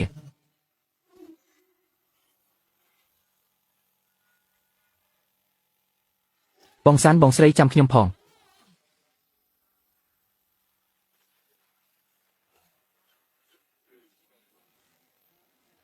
សមិទ្ធលីនសានឈរត្រង់សមិទ្ធលីនសានបានដឹកនាំក្រុមចូលទៅតំបន់សមុទ្រគ្រោះថ្នាក់បានបង្ក្រាបក្រុមប្រដាប់អាវុធបរទេសជាច្រើនអ្នកនិងជួយសង្គ្រោះកងការពារសមុទ្របាន3នាក់តាមការអនុញ្ញាតពីថ្នាក់លើយើងផ្ដល់ជូននូវឧបករណ៍ការពារនិងទំនាក់ទំនងពេញឈុតដើម្បីធានាសុវត្ថិភាពក្នុងការល្បាតសមុទ្រសូមអរគុណលោកមេបញ្ជាការអាល្អិតថ្នាក់លើបានពិនិត្យប្រវត្តិរូបរបស់ឯងតែវាទេស្អាតសោះឯងជានរណាឲ្យពិតប្រាកដឯងជានរណាឲ្យពិតប្រាកដគ្រាន់តែជាអ្នកនេសាទធម្មតាទេបានហើយមិនថាឯងជានរណាទេសមុទ្រតំបន់នេះឯងជួយមើលថែផងខ្ញុំទុកចិត្តក្លិនអីនឹងឈ្ងុយម្លេះលោកមេបញ្ជាការនេះជាសមុខខ្យងគុជដែលទើបនឹងចំអិនសូមលោកពិសាមួយចានសិនទៅស្នាដៃមិនអន់ទេលីនសានឯងពិតជាមានសំណាងណាស់មែនហើយទាហាន3នាក់ដែលឯងជួយសង្គ្រោះគេផ្ដាំមកថាចង់រៀនជំនាញប្រយុទ្ធពីឯងឲ្យពួកគេសម្រាប់ព្យាបាលរបួសសិនទៅជាសេះស្បើយចាំមកចុះសមុទ្រជាមួយខ្ញុំហាល្អខ្ញុំនឹងឆ្លើយតបជំនួសពួកគេអីចឹងខ្ញុំសូមត្រឡប់ទៅវិញបើមានអ្វីឲ្យខ្ញុំជួយប្រាប់ខ្ញុំបានគ្រប់ពេលជម្រាបលាលោកមេបញ្ជាការចៅទុកមេដៃនេះឲ្យល្អ ប្តីរបស់ខ្ញុំទទួលបានមេដាយនេះគឺដោយសារតែការខិតខំរបស់បងបងគឺជាកម្លាំងចិត្តដែលធ្វើឲ្យខ្ញុំត្រូវតែរស់បងគឺជាកម្លាំងចិត្តដែលធ្វើឲ្យខ្ញុំត្រូវតែរស់ត្រឡប់មកវិញមើលដៃបងនេះចុះចាប់ពីពេលនេះទៅកុំប៉ះត្រីទៀតអីបើមិនប៉ះត្រីតើឲ្យខ្ញុំធ្វើស៊ុបឲ្យអូនញ៉ាំយ៉ាងម៉េចពិតមែនហើយបងប្រកាសជាឃ្លានហើយខ្ញុំនឹងទៅយកស៊ុបមកឲ្យបង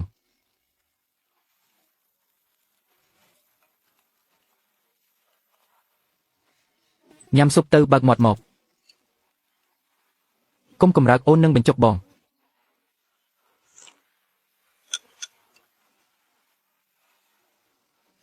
ហាខ្ញុំមិនបានឃើញអ្វីទាំងអស់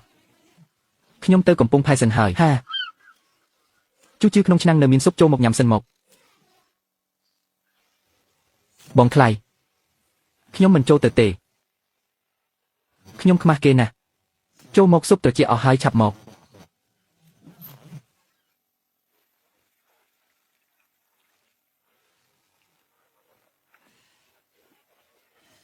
បងថ្លៃស៊ុបបងធ្វើឆ្ងាញ់ជាងនៅហាងក្នុងក្រុងទៀត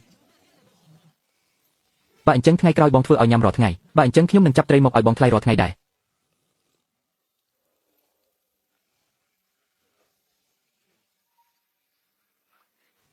សមុទ្រមួយនេះមនុស្សទាំងនេះ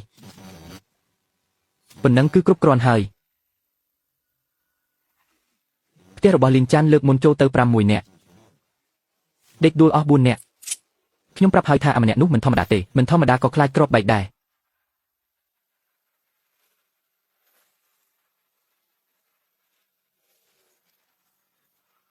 បងប្រាំរបស់នេះបានមកពីណាមេធំយកមកពីក្រៅប្រទេសដើមឡើយគឺសម្រាប់បំផ្ទុះថ្មប៉ព្រះទឹកឥឡូវយកមកប្រើជាមួយលីនចាន់បងគិតនឹងបំផ្ទុះផ្ទះវាមិនមែនផ្ទះទេគឺបំផ្ទុះទូករបស់វាបើគ្មានទូកវាគ្រាន់តែជាមនុស្សគ្មានប្រយោជន៍តើពេលណាទើបយើងចោះដៃនេះទៅតាមផ្លូវសមុទ្រកុំទៅផ្លូវចូលភូមិផ្លូវនោះវាដាក់អន្ទាក់អស់ហើយទូក5គ្រឿងមនុស្ស40នាក់កាំភ្លើង20ដើមកាំបិទផ្គាក់មានគ្រប់គ្រាន់ថែមទាំងគ្រឿងផ្ទុះ2ប្រអប់ទៀតទូលីនចាន់ខ្លាំងប៉ុណ្ណាក៏ដោយតើអាចទប់ទល់នឹងបង5បាននៅលើមុទ្រឬលីថាយ៉ាវធីយិនក្រុមការពីឆ្នេរមានទំនាក់ទំនងល្អជាមួយគាត់យប់នេះយ៉ាវធីយិនចប់ប្រជុំនៅទីរួមស្រុករងចាំគាត់ដឹងរឿងប្រហែលភ្លឺបាត់ហើយពេលពួកយើងឡើងគោកទឹកកំពុងផាយចោលសិន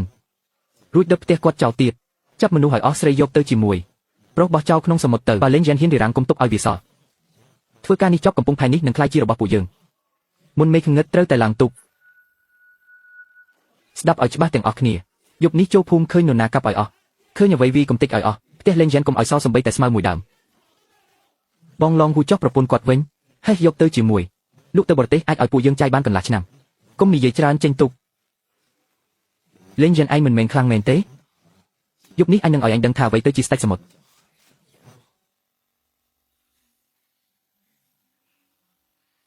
លីនចាន់ឡងហូមកពីតាមសមុទ្រហើយទុក5គ្រឿងមនុស្សរាប់សិបនាក់មានទាំងគ្រឿងផ្ទុះទៀតពេលណាទៅវាមកដល់ខ្ញុំឬកូនចៅវានិយាយនៅកំពង់ផែយប់នេះវាចូលពីតាមសមុទ្រឡងហូលើកនេះវាលេងបដូរជីវិតហើយអរគុណហ្វូបូសង្គ្រាមមកដល់ទៀតហើយខ្ញុំមិនទៅទេអ្នកត្រូវតែទៅរាល់ដងអ្នកតែងតែឲ្យខ្ញុំទៅព្រោះតែអ្នកនៅរស់ទើបខ្ញុំមានផ្លូវថយជូអ្នកភូមិទាំងអស់ទៅជួបជុំគ្នានៅទីលានហេឈីមានរឿងអ្វីចៅសមុទ្រមកហើយវាមានទាំងកាំបិតនិងកាំភ្លើងចៅសមុទ្រធំហើយធ្វើម៉េចទៅក្រុមដែលធ្លាប់មកបង្កហេតុលើកមុនមានតែ6នាក់ទេលើកនេះដល់ទៅ40នាក់ពួកយើងទប់មិនជាប់ទេរត់ទៅអ្នកទាំងអស់គ្នារត់ស្អីមានបងយ៉ាងនៅទីនេះស្ងាត់ទាំងអស់គ្នាស្ដាប់ខ្ញុំនិយាយឡងហូដឹកនាំទូក5គ្រឿងយប់នេះវានឹងមកពីតាមសមុទ្រពួកវាចង់ដុតភូមិយើងហើយប្លន់យកទ្រព្យសម្បត្តិយើងទៀតចុះយើងត្រូវធ្វើម៉េចយើងមានអីទៅទប់ទល់នឹងពួកយកជីវិតទៅបដូរបើអ្នកមិនហ៊ានទេបើពួកវាចូលមកក្នុងភូមិទាំងប្រពន្ធកូនស្រីនិងស្បៀងអាហាររបស់អ្នកគឺមិនសល់អ្វីទាំងអស់លីងចានអ្នកថាត្រូវធ្វើម៉េចពួកយើងស្ដាប់តាមអ្នកយើងនឹងប្រយុទ្ធជាមួយអ្នកត្រូវហើយតាមលីងចាន់ទៅយល់ព្រមតាមគេទៅប្រុសក្នុងភូមិថ្មប៉ព្រះទឹកយើងគ្មានអ្នកណាខ្លាចស្លាប់ទេគ្រប់គ្នាស្ដាប់ការរៀបចំរបស់ស្ត្រីទាំងអស់ចាស់និងក្មេងត្រូវជម្លៀសទៅផ្ទះចាស់នៅក្រោយភ្នំអាជូអ្នកជាអ្នកដឹកនាំចាស់ខ្ញុំមិនទៅទេខ្ញុំនៅកាន់កាំបិតបានការពារបានប៉ុណ្ណាគឺប៉ុណ្ណឹងនេះជាបញ្ជាអ្នកនៅរស់ទើបខ្ញុំមានផ្លូវថយទៅចុះកុំមកធ្វើជាបន្ទុកពេលពួកយើងកំពុងប្រយុទ្ធឯប្រុសនៅទីនេះជាមួយខ្ញុំទៅកំពង់ផែ ហើយជួអ្នកដឹកនាំមនុស្ស10នាក់ទៅការពីកំពង់ផែខាងកើតខ្ញុំនឹងទៅការពីកំពង់ផែខាងលិចជាមួយមនុស្ស10នាក់ឯអ្នកដែលនៅសល់យកទូកនេសាទទាំងអស់ក្នុងភូមិអូសទៅដាក់នៅផ្លូវទឹកខាងក្រៅកំពង់ចុះតឹងដើម្បីបិទផ្លូវពួកយកទូកនេសាទទៅបិទផ្លូវទូកធំ5គ្រឿងរបស់ពួកវាបុកបន្តិចក៏បែកដែរបុកបែកមែនតែបុកហើយម៉ាស៊ីនទូកពួកវាក៏ចប់ដែរបងចាងពួកវាមកដល់ហើយឃើញហើយតែគ្មានមនុស្សសោះលីនចាន់រត់បាត់ហើយមិនស្រួលទេស្ងាត់ពេកហើយស្ងាត់មានអីបងវូក្នុងទឹកមានអ្វីម្យ៉ាងអានឹងវាចោលសំណាញ់នេសាទទាំងអស់ចូលក្នុងទឹក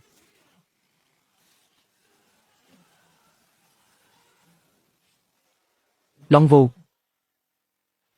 សូមស្វាគមន៍មកកាន់ភូមិថ្មប៉ព្រះបើកទូកចូលមកតាមផ្លូវទឹកនេះមក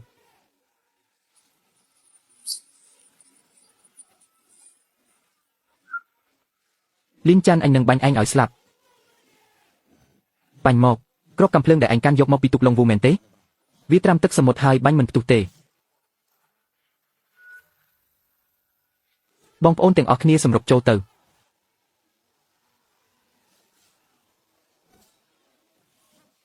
ថយក្រោយឡើងគប់វិញបងសានពួកវាគេចខ្លួនបាត់ហើយ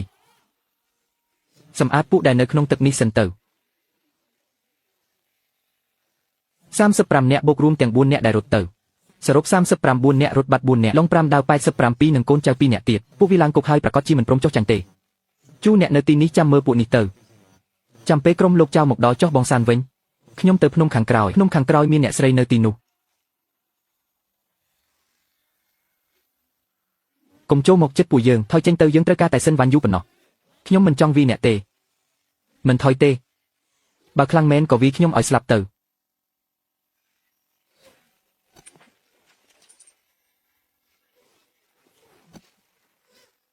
អញហ៊ានកម្រើកទៀតសាក់មើលវ៉ាន់យូកុំចេញមកណា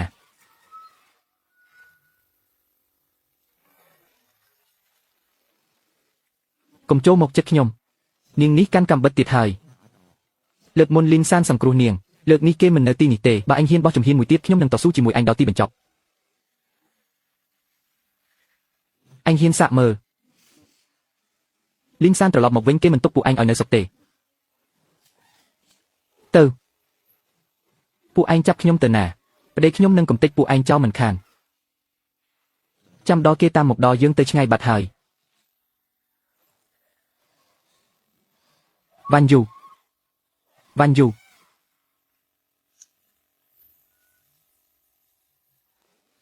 ឆាប់ទៅឡើងទូកបានគឺសុវត្ថិភាពហើយ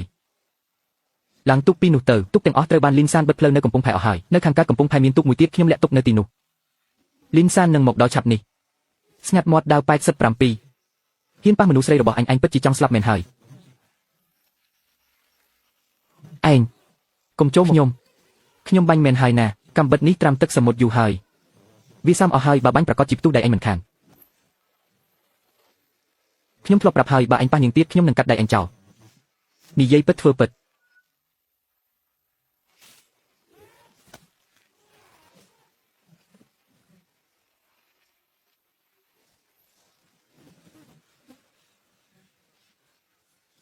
តើអូនមានរបួសត្រង់ណាទេ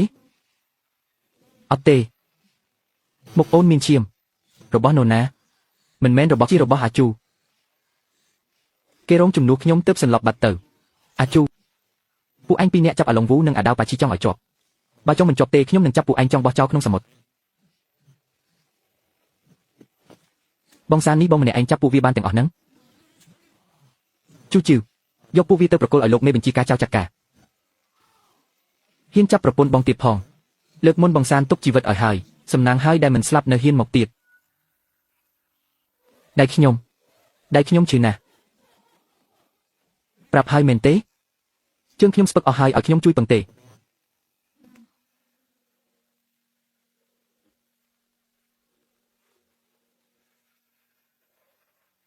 វ៉ាន់យូអូនមិនអីទេមែនទេខ្ញុំមិនអីទេចោះបងវិញមិនអីទេគ្រាន់តែត្រូវមួយដៃមួយជើងមិនងាយស្លាប់ទេឈោធ្វើអីទៀតជូតទៅក្បាលបែកហើយត្រូវដេពីធ្នេជូទៅហៅពេទ្យមកចុះអាឡុងវូចង់វាហើយឬនៅចុះអាដាវប៉ាឈីវិញចង់អស់ហើយល្អ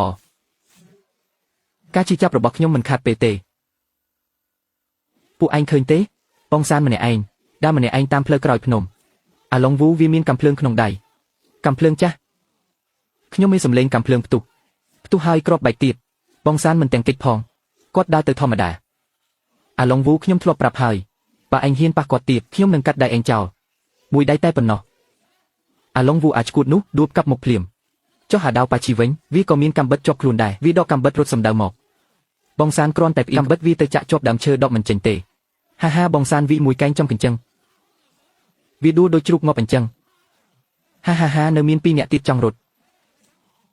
់បងសានរើសដុំថ្មពីដីផាច់ជើងពួកវាទន់អស់ក៏លុតជង្គង់ចុះបងសានចុះពួកនេះវិញមនុស្សរបស់លោកមេបញ្ជាការចៅនឹងមកដល់ពេលព្រឹកចុះពួកអាឡុងវូបងគិតចាត់ការយ៉ាងម៉េចប្រាប់ហើយថាប្រគល់ឲ្យលោកមេបញ្ជាការចៅចាត់ការទៅមិនមែនរឿងវីតបគ្នាធម្មតារឿងជួញដូរខុសច្បាប់ប្រើហិង្សានិងមានអាវុធក្នុងដៃជាប់គុកមួយជីវិតហើយត្រូវតែចាត់ការតាមច្បាប់ចុះរឿងដៅប៉ាជីវិញពួកក្រៅស្រុកមិនមែនមានតែម្នាក់នេះទេដូច្នេះអ្នកភូមិថ្មប្រះទឹកត្រូវតែរឹងមាំដោយខ្លួនឯង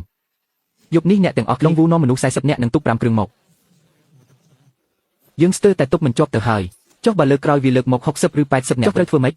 យើងមិនអាចវីតបគ្នាជារៀងរាល់ថ្ងៃទេមិនមែនវីតបទេគឺទៅរកត្រីចាប់ពីថ្ងៃស្អែកទៅខ្ញុំនឹងបង្រៀនអ្នកទាំងអស់គ្នាពីការនេសាទនៅសមុទ្រចេះដាក់មងរកគុជខ្យងនិងត្រសក់សមុទ្រចេញទៅម្ដងស្មើនឹងអ្នករកត្រីនៅជិតច្រាំងមួយខែទោះឡុងវូនិងដាវប៉ាជីដួលរលំមិនមែនមានន័យថាគ្មានអ្នកថ្មីមកជំនួសទេមានតែខ្លួនឯងខ្លាំងទេទើបគ្មានអ្នកណាហ៊ានបំពេញលីងចានបងបង្រៀនពួកយើងពិតមែនឬពួកយើងមិនដែលទៅសមុទ្រជ្រៅទេមិនដែលទៅមិនអីទេខ្ញុំនឹងដឹកនាំទៅដោយខ្លួនឯងទុកទៅតាមទុកមកទៅតាមមកបើមានបញ្ហាអ្វីខ្ញុំជាអ្នកទទួលខុសត្រូវបើខ្ញុំសងមិនរួចខ្ញុំនឹងយកជីវិតសងខ្ញុំយកព្រមជំនួសឲ្យការអង្គុយរកត្រីតូចនៅជិតច្រាំងទៅផ្សងព្រេងជាមួយបងច័ន្ទប្រសាខ្ញុំក៏យកដែររកខ្ញុំម្នាក់ទៀតក្រុមនេះត្រូវតែបង្កើតឲ្យបានចុះលោកប្រធានចៅមិនទាន់មកទៀតឬឲ្យពិតមែន40នាក់35នាក់នៅទីនេះឡុងវូដាវប៉ាជីនិង2នាក់ទៀតខ្ញុំឃុំទុកក្នុងទីធ្លាផ្ទះសរុបទាំងអស់30នាក់ធ្វើម្នាក់ឯងឬអ្នកភូមិជួយគ្នារាប់ចំនួនមនុស្សឲ្យច្បាស់កត់ឈ្មោះរួចនាំពួកវាឡើងឡានទាំងអស់នេះជាទីតាំងរបស់ឡុងវូមែនទេបានរឹបអូសរបស់អូសហើយក្នុងឃ្លាំងមានគ្រឿងផ្ទុះ5កេសកាំភ្លើងកែច្នៃ2កេសនិងហើយក៏មានសៀវភៅកត់ក្នុងនោះកត់ត្រាពីការជួញដូរជាមួយពួកក្រៅស្រុកសូម្បីតែឈ្មោះមេធំនៅកំពង់ផែក៏មានក្នុងសៀវភៅនៃណាគឺចម្លើយសារភាពរបស់ឡុងវូនិងដាវប៉ាជីក៏ថតមានផ្ដិតមេដៃរួចរាល់ទាំងសាក់សេមនុស្សនិងវត្ថុតាងគឺគ្រប់គ្រាន់ឲ្យពួកគេជាប់គុកមួយជីវិតហើយអាមេខ្លាឃ្មុំនឹងខាងខេត្តតាមដានវិចិត្រកន្លះឆ្នាំតែរកភស្តុតាងមិនឃើញសោះសៀវភៅកត់ត្រារបស់អ្នកធ្វើឲ្យរឿងនេះបែកធ្លាយទាំងអស់នេះជាសម្ភារដែលដកហូតបានគ្រាប់ផ្ទុះ5ប្រអប់កាំភ្លើង2ហើយទុករបស់ពួកវាទៀតយកទៅឲ្យរបស់ទាំងនេះនៅភូមិមានតែនាំទុកទេអាល្អិតក្បាលអ្នកគិតរឿងអីខ្លះហ្នឹងមើលទៅមិនដូចអ្នកនេសាទអីក៏បានដែរឲ្យតែអាចការពារសមុទ្រនេះបានលីនចាន់ចាំមើលចុះមេខ្លាឃ្មុំមិនទុកអ្នកឲ្យនៅសុខទេមេខ្លាឃ្មុំឲ្យឈ្មោះគាត់ក្នុងសៀវភៅអ្នកមានដល់ទៅ7ទៅអារម្មណ៍ពីខ្លួនឯងសិនទៅគេគ្មានពេលមកខ្វល់ពីអ្នកទេទៅមែនហើយយើងពិតជាអាចកម្ចាត់ពួកអាពាលទាំងនេះបានមែនមិនមែនយើងទេគឺលីងចាន់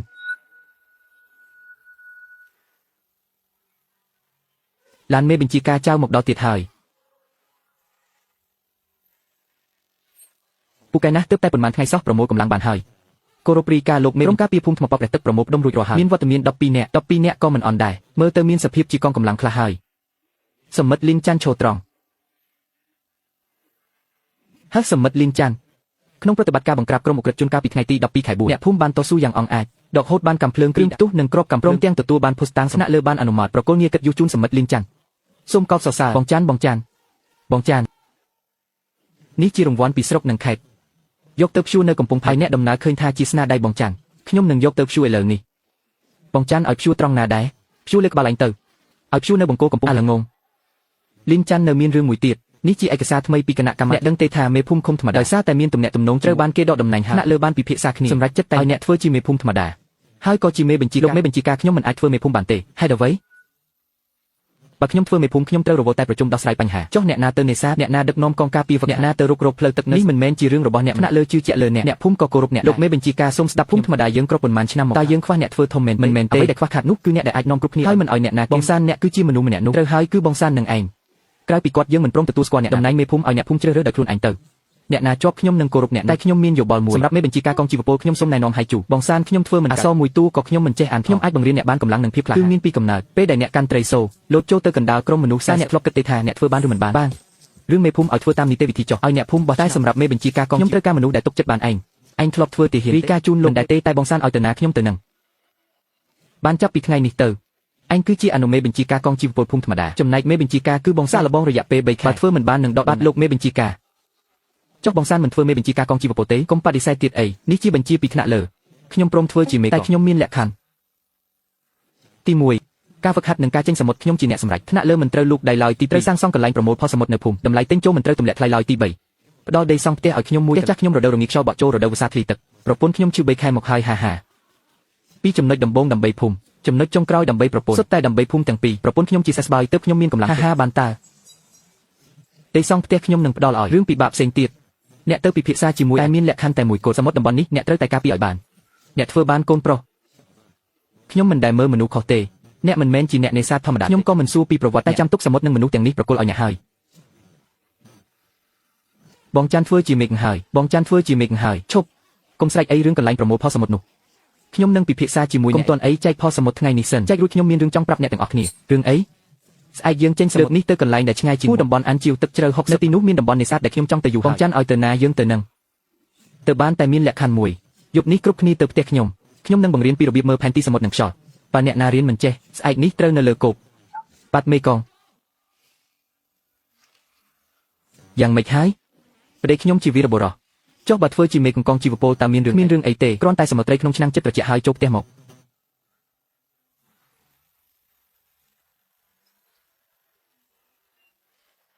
មកជុំគ្នាមកអ្នកណាខ្លះនៅចាំមេរៀនដែលខ្ញុំបង្រៀនកាលពីយប់មិញខ្ញុំចាំបងហោះទៅទីខាងកើតខាងក្រោមមានហ្វូងត្រីហើយមានអីទៀតមើលពណ៌ទឹកបងទឹកខៀវចាស់គឺទឹកជ្រៅទឹកពណ៌បៃតងមិនអាចដាក់មកបានទេល្អណាស់មិនខានឡាញដែលយើងត្រូវទៅថ្ងៃនេះហួសពីតំបន់អានជីវទឹកជ្រៅដល់ទៅ60ស្រីនៅទីនោះអ្នកទាំងអស់គ្នាប្រហែលជាមិនដែលឃើញទេបងសានតើវាធំប៉ុណ្ណាដែរ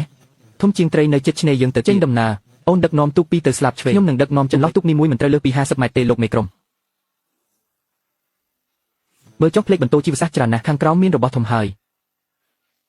យទាំងអស់គ្នាប្រយ័ត្នទីម៉ោង9ក្រោមហ្វូងសត្វសមុទ្រមានសសរទឹកអូនឡំពាត់ពីខាងឆ្វេងទៅកុំឲ្យហ្វូងត្រីបែកខ្ញែកឲ្យសោះបងសានទឹកជ្រៅ60ម៉ែត្របែបនេះមកអាចចុះដល់បាត់បានយប់មិញខ្ញុំបានដាក់ដុំសំបន្ថែមដើម្បីឲ្យវាលិចដល់បាត់ហើយមកកម្រើកខ្លាំងណាស់ទាំងអស់គ្នាថយក្រោយមករក្សាលំនឹងទុកឲ្យល្អព្រះអើយនេះសុទ្ធតែត្រីលឿងទាំងអស់ខ្ញុំរស់មក40ឆ្នាំហើយមិនដែលឃើញត្រីច្រើនបែបនេះទេបងសានមួយមុងនេះយ៉ាងហោចណាស់ក៏2.000 គីឡូដែរយកទៅឲ្យលោកមេក្រុមចៅភ្លុកបងសានបងពិតជាទេពសមុទ្រមែនចង្អុលទៅណាគឺត្រូវចាំបងសានមួយជីវិតនេះពិតជាមានតម្លៃណាស់ត្រឡប់ទៅវិញហើយឲ្យអាជូតាក់ទងសហករណ៍ទៅទំនិញ1 ឡូនេះតម្លៃកើនឡើងបងសានមើលទៅខាងនោះទុកនោះគ្មានស្លាកសញ្ញាវាជីស្រាលហើយលបឿនលឿនណាស់មិនមែនទុកនេសាទហើយក៏មិនមែនទុកការពីដែនសមុទ្រដែរតែជារបស់អ្នកណាទៅមិនថាជារបស់អ្នកណាទេតាមដានវាឲ្យជាប់សឹមត្រឡប់ទៅភូមិវិញមើលទៅសមុទ្រតំបន់នេះក៏មានក្រុមចប់មួយក្រុមទៀតដែរអព្រះអើយនេះសុទ្ធតែត្រីលឿងទាំងអស់លីនសានបងនេះពិតជាមកប្លន់ផ្ទះស្ដេចញ៉ាក់មែនបងស្រីអាជូនេះគ្រាន់តែជាការដាក់ម្ដងប៉ុណ្ណោះបងសានថាស្អែកចាំទៅវត្តទ្វេដងទំនិញទាំងនេះហាងក្នុងស្រុកគេយកមិនអស់ទេត្រូវតែតាក់ទងទៅខាងកំពង់ផែលីនសានទំនិញនេះអ្នកចង់លក់តម្លៃប៉ុន្មានអ្នកកំណត់ចុះតែមានលក្ខខណ្ឌមួយកុំមកថ្លៃអ្នកណាទិញត្រូវសងលុយភ្លាមបានស្អែកព្រលឹមខ្ញុំនឹងទៅរត់ការខ្យល់សមុទ្រត្រជាក់ញ៉ាំស៊ុបនេះទៅឲ្យក្តៅខ្លួនយប់នេះខ្ញុំទុកត្រីហួងយូរឲ្យបងខ្លះពងពេញក្នុងពោះតែម្ដងទុកឲ្យខ្ញុំធ្វើអីយកទៅលក់យកលុយបងញ៉ាំក៏មិនថត់ដែរខ្ញុំរកត្រីបានច្រើនប៉ុណ្ណាក៏គ្មានន័យដែរ5800យ៉នមិនខ្វះ1សេនចែកតាមកម្លាំងពលកម្មរបស់ម្នាក់នេះបញ្ជីកត់ត្រាអ្នកណាមានចម្ងល់អាចសួរផ្ទាល់បានពិតមែនឬរស់មួយជីវិតមិនដែលឃើញលុយច្រើនបែបនេះទេអ្វីដែលខ្ញុំនិយាយខ្ញុំនឹងធ្វើតាមអាសានបើមិនមែនបងផ្ញើត្រីសមុទ្រឲ្យមីងរាល់សប្តាហ៍ទេមីងប្រហែលជាស្លាប់បាត់ទៅហើយលុយនេះមីងមិនអាចយកបានទេហើយជូតាមខ្ញុំចុះទុកជារៀងយប់ឡើងគេជួយយាមភូមិឲ្យនេះជាចំណែករបស់គេបងសានមានរឿងហើយជូស៊ីមកដោយភាពស្លន់ស្លោដំណឹងពីអាជូដែលមកពីក្នុងស្រុកមេខ្លះបានផ្ញើសារមកវាថាដូចម្ដេចវាឲ្យបងទៅជួបចរចានៅឃ្លាំងកំពង់ផែមិនអាចទៅបានទេឡុងវូជាមនុស្សរបស់វាដាវ87ក៏វាជាអ្នកបងទៅគឺស្មើនឹងយកខ្លួនទៅស្លាប់បើមិនទៅស្អែកវាច្បាស់ជាបិទកំពង់ផែហាងក្នុងស្រុកនឹងមិនហ៊ានទិញទំនិញយើងទុកនេសាទនឹងចេញទៅនេសាទមិនដល់កន្លះខែផងភូមិយើងនឹងដួលរលំហើយជូទៅជាមួយបងទៅតែ2នាក់នឹងឬចុះបើបងត្រឡប់មកវិញមិនបានបងធ្លាប់សន្យាឲ្យថាទៅណាគឺនាំអូនទៅជាមួយលើកនេះមិនរាប់បញ្ចូលលើកនេះទៅចរចាជំនួញមិនមែនទៅវាគ្នាទេបងតែងតែនិយាយថាមិនទៅវាគ្នាគ្រប់ពេលមកហើយឬអង្គុយចុះរឿងឡុងវូបងធ្វើការបានស្អាតណាស់វាជាអ្នកចាប់ផ្ដើមមុនវីបងក៏វីទុកវិញទៅច្បាប់អ្នកលេងខ្ញុំទទួលស្គាល់តែអ្នកបញ្ជូនគាត់ទៅគុកហើយថែមទាំងប្រកួតសៀវភៅគាត់ត្រាឲ្យគេទៀត ក្នុងសៀវភៅនោះមានឈ្មោះខ្ញុំឈ្មោះអ្នកសរសេរដល់ទៅ7ជាប់គុកមួយជីវិតក៏មិនគ្រប់ដែរដឹងទេថាហេតុអ្វីខ្ញុំហៅអ្នកមកយប់នេះមិនសម្រាប់ខ្ញុំក៏ចរចាគ្នាហ៎អ្នកនេះចិត្តធំមែនម្នាក់ឯងហ៊ានមកជួបពួកយើង2នាក់ហាហាអាក្មេងស្ទាវនេះចង់ដឹងទេថាវាខ្លាំងប៉ុណ្ណាបានខ្ញុំមានលក្ខខណ្ឌមួយប្រគល់កំពង់ផែឡងវូមកឲ្យខ្ញុំវិញកន្លែងកំពង់ផែនោះនៅតែឆ្លងកាត់តាមខ្ញុំអ្នកទៅរកត្រីរបស់អ្នកទៅខ្ញុំដឹកទំនិញរបស់អណ្ដូងមិនរំខានទឹកទន្លេកំពង់ផែនោះមិនមែនជារបស់វាជារបស់អ្នកភូមិថ្មទំនិញក៏មិនមែនជារបស់ខ្ញុំវាជារបស់អ្នកភូមិទាំងអ្នកចង់និយាយពីអ្វីនៃរបស់ខ្ញុំទំនិញអ្នកកុំឆ្លងកាត់ភូមិថ្មទៀតឲ្យសោះខ្សែរបស់ឡងវូដាច់ហើយអ្នកនឹងបាត់បង់ផ្លូវដឹកជញ្ជូននៅកំពង់ផែនោះទាំងស្រុងខ្ញុំបានព្រមព្រៀងជាមួយលោកមេបញ្ជាការយ៉ាវលេងយ៉ែនកុំឲ្យមុខមិនយកមុខដែលអ្នកហៅខ្ញុំមកយប់នេះមិនមែនដើម្បីសម្លាប់ខ្ញុំទេបើមិនអញ្ចឹងអ្នកមិននាំមនុស្សមកតែ2នាក់ទេឡងវូនាំមនុស្ស40នាក់មកនៅតែមិនឈ្នះអ្នកគួរតែដឹងខ្លួនខ្ញុំនឹងបង្ហាញផ្លូវភ្លឺស្វាងឲ្យរកខ្សែបណ្ដាញនៅក្រៅតំបន់នោះមកហើយសហការជាមួយអាជ្ញាធរខ្ញុំនឹងជួយនិយាយជាមួយលោកមេបញ្ជាការរ៉ាវចាត់ទុកថាអ្នកចូលខ្លួនសារភាពជាប់គុក3ទៅ5ឆ្នាំចេញមកវិញនៅតែមានជីវិតលេងយ៉ែលោកខែនអ្នកអាយុ53ឆ្នាំហើយរត់មិនរួចទេបងយ៉ែនមិញនេះគេចង់ប្រើកម្លាំងមែនទេគេមិនហ៊ានទេតែគេមានកាំភ្លើងអ្នកមានកាំភ្លើងច្រើនណាស់ឡងវូក៏មានដែរកាំភ្លើងបាញ់ឬមិនបាញ់គឺអាស្រ័យលើមនុស្សមិនមែនអាស្រ័យលើកាំភ្លើងទេមានរបួសត្រង់ណាទេអត់ទេចុះលោកខែនថាដូចម្ដេច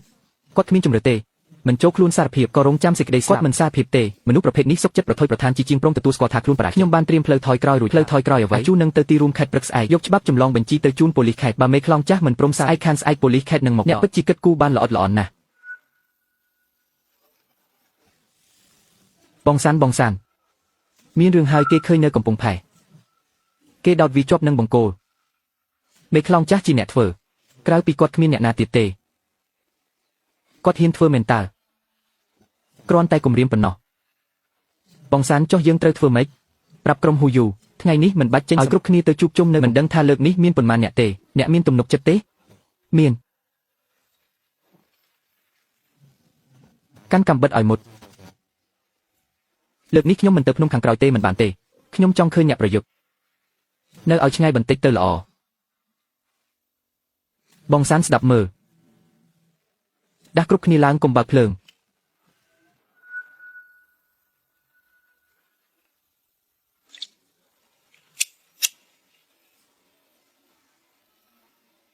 លីងចិនចេញមកមេខ្លោងចាស់ខ្ញុំធ្លាប់ប្រាប់ឲ្យអ្នកទៅសារភាពខ្ញុំបានអញ្ជើញភ្ញៀវកិត្តិយសមកជែកជាមួយអ្នកគឺលីងសានមែនទេខ្ញុំឈ្មោះសុងគូមេខ្លោងចាស់អញ្ជើញខ្ញុំមកជួយយកកំពង់ផែនេះវិញខ្ញុំឲ្យជំរឿ2ដល់អ្នកមុនពេលថ្ងៃរះស្អែកនាំមនុស្សរបស់អ្នកចាក់ចេញពីភូមិទៅមិនអញ្ចឹងទេយើងនឹងជួយឲ្យអ្នកទៅអ្នកជានរណាស្នាមសាក់លើដៃឆ្វេងអ្នកគឺគួយសឺអ្នកធ្លាប់ឃើញមែនទេមនុស្សទី2ពីក្រោយអ្នកស្មាឆ្វេងគាត់ខូចទី3ម្រាមដៃនាងខាងស្ដាំគាត់ដាច់មួយកង់ទី4ពេលដើរជើងឆ្វេងគាត់អូសបន្តិចអ្នកជានរណាឲ្យប្រកាសអ្នកមិនចាំបាច់ដឹងទេត្រឡប់ទៅប្រាប់អ្នកនៅពីក្រោយអ្នកទៅសមុទ្រតំបន់នេះពួកអ្នកគ្មានថ្ងៃបានជន់ទេបើអញ្ចឹងសាកមើលទៅ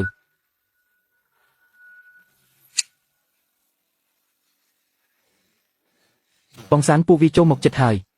គ្រប់គ្នាថយទៅក្រោយថ្មម៉ាស៊ីនកិនកុំតាំងតពួកវាសុទ្ធតែជាអ្នកមានជំនាញ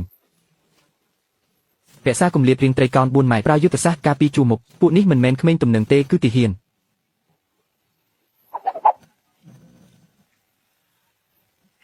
ឈប់ប្រាប់លេខសម្គាល់មកខ្ញុំសួរថាលេខសម្គាល់ក្រុមសៀលទី3របស់អញលេខប៉ុន្មានប្រាប់មកក្រុមសៀលទី3 5ឆ្នាំមុននៅឈូងសមុទ្រអេដិនយើងធ្លាប់ប៉ះគ្នាម្ដងហើយបងចាងខាងឆ្វេងមាន2នាក់ទៀតមកដល់ហើយកុំភ័យនាំមនុស្ស3នាក់ទៅទប់ស្កាត់ទៅពេលលឺសូរផ្លុំកញ្ចែត្រូវរត់ត្រូវស្រែកឲ្យឈ្មោះខ្ញុំហើយឈ្មោះបងត្រូវហើយស្រែកឲ្យខ្លាំងទៅលីនចាន់នៅត្រង់នេះ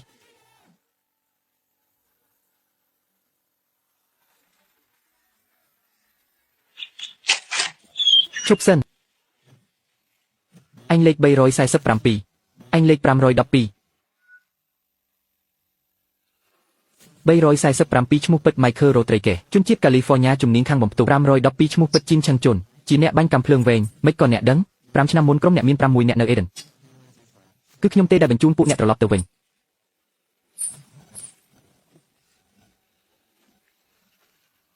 ឯងជានរណាឲ្យប្រកាសសុងហ៊ូលេខ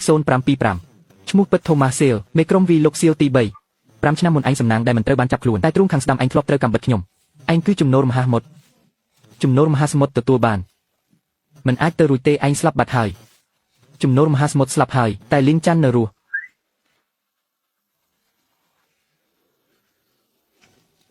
បងចាំងមិនក៏ពួកវាចុះចាញ់ព្រោះពួកវាដឹងថានៅលើសមុទ្រនេះពួកវាមិនអាចឈ្នះខ្ញុំទេសុនហុងមិនមែនអញថាមនុស្សអញខ្លាំងគ្មានគូប្រៀបទេក្រោកឡើងវីមកស្ងាត់មកទៅអញមិនដឹងទេថាអញកំពុងប៉ះជាមួយអ្នកណាថូម៉ាស់ខ្ញុំសួរថាអ្នកណាបញ្ជូនអញមកថៅកែឈៀនជាអ្នកចេញលុយថៅកែឈៀនមិនមានលុយជួក្រុមសៀលទេបើមិននិយាយក៏តាមខ្ញុំនឹងប្រកល់ពួកអញទាំង6នាក់ឲ្យលោកមេបញ្ជាការគេនឹងសួរចម្លើយពីកំហុសដែលអញបានធ្វើគ្រប់គ្រាន់ឲ្យអញជាប់គុកអស់មួយជីវិតគាត់ជាថៅកែមកពីបរទេសគាត់ត្រកូលគីមចង់បានកំពង់ផែនេះដើម្បីដឹកទំនិញលោកអ៊ុំជាអ្នកចេញមុខជំនួសគាត់ទេខ្ញុំមិនដឹងថាគាត់នៅណាទេគាត់គ្រាន់តែបញ្ជាឲ្យខ្ញុំនាំមនុស្សមកដណ្ដើមភូមិថ្មប៉ព្រះទឹកដើម្បីឲ្យគាត់ប្រើប្រាស់កំត្រឡប់ទៅប្រាប់គាត់វិញថាភូមិថ្មប៉ព្រះទឹកនេះគាត់យកមិនបានទេសមុទ្រនេះគាត់គ្មានសិទ្ធិប៉ះពាល់ឡើយសូមទុកជីវិតឲ្យខ្ញុំទៅហាខ្ញុំលេងសើចទេចាប់តាំងពីអ្នកជន់ជើងលើសមុទ្រនេះមកអ្នកគ្មានថ្ងៃបានត្រឡប់ទៅវិញទេសុងហ៊ូពួកអ្នកត្រូវគេឡោមព័ទ្ធអស់ហើយដាក់អាវុធចុះឯងខ្ញុំចាញ់ហើយឲ្យឯងត្រឡប់ទៅប្រាប់ដំណឹងមែនទេខ្ញុំមិនល្ងងដល់ថ្នាក់នឹងទេទីតាំងរបស់ត្រកូលគីមសុងហ៊ូមានកំណត់ត្រាក្នុងវិទ្យុតាក់ទងតាមសញ្ញានេះទៅនឹងចាប់បានហើយប៉ូលីសខេត្តកំពុងមកដល់ហើយយប់នេះនឹងចាប់បានទាំងអស់បងសានពួកគេមិនមកទៀតទេមែនទេលែងមកហើយត្រកូលគីមត្រូវគេចាប់បានកាលពីយប់មិញបណ្ដាញរបស់សុងហ៊ូដាច់អស់ហើយលីនសានប៉ូលីសខេត្តបានប្រាប់ថាលើកនេះយើងកំទេចក្រុមជួញដូរខុសច្បាប់អន្តរជាតិបានទំនិញដែលរឹបអូសបានមានតម្លៃរាប់លានយ៉នអ្នកនឹងទទួលបានរង្វាន់ទៀតហើយរង្វាន់មិនសំខាន់ទេសំខាន់គឺចាប់ពីថ្ងៃនេះទៅគ្មាននរណាហ៊ានមកបង្កហេតុនៅសមុទ្រនេះទៀតទេសមិទ្ធលីនសានដោយសារការដឹកនាំការពីភូមិនិងជួយកងទ័ពជើងទឹកបង្ក្រាបករណីជួញដូរខុសច្បាប់ថ្នាក់លើបានសម្រេចថាប្រគល់មេដាយគិតយុះជូនអ្នកសូមអរគុណលោកមេបញ្ជាការក្រុមការពីសមុទ្រភូមិថ្មប៉ព្រះទឹកទទួលបានមេដាយថ្នាក់ទី2និងទទួលបានងារជាកងជីវពលគំរូសូមអរគុណលោកមេបញ្ជាការខំប្រឹងបន្តទៀតសមុទ្រនេះផ្ញើទុកនឹងពួកអ្នកហើយ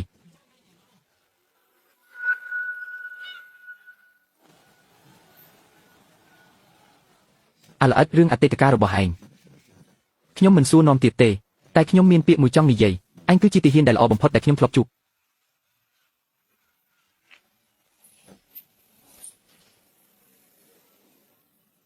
បងលីនខ្ញុំសាងសង់ផ្ទះជាង20ខ្នងនៅតំបន់នេះផ្ទះអ្នកមិនចាំបាច់ជួសជុលទេឬរើធ្វើថ្មីជញ្ជាំងអេតដំបូលក្បឿងកញ្ចក់បង្អួតទៀតមិនមែនថោកទេណាបងចេញលុយខ្ញុំជួយធ្វើមួយខែបានទេលីងចានគ្រាន់តែការពារខ្យល់បានហើយ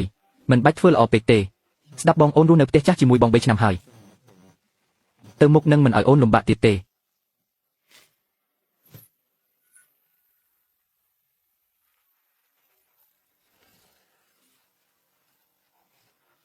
ថ្ងៃនេះជាថ្ងៃអ្វីបងភ្លេចហើយមែនទេថ្ងៃនេះជាខួបអាពាហ៍ពិពាហ៍3ឆ្នាំរបស់យើងថ្ងៃមុនលំបាកពេកបងមិនហ៊ាននឹកដល់ពេលនេះបងចង់រៀបចំថ្ងៃខួបឲ្យបានល្អលីងចាន់បងគិតថាខាងទៀតនៃសមុទ្រមានអ្វីខ្លះគឺជាពិភពលោកដ៏ធំធេងជាងនេះ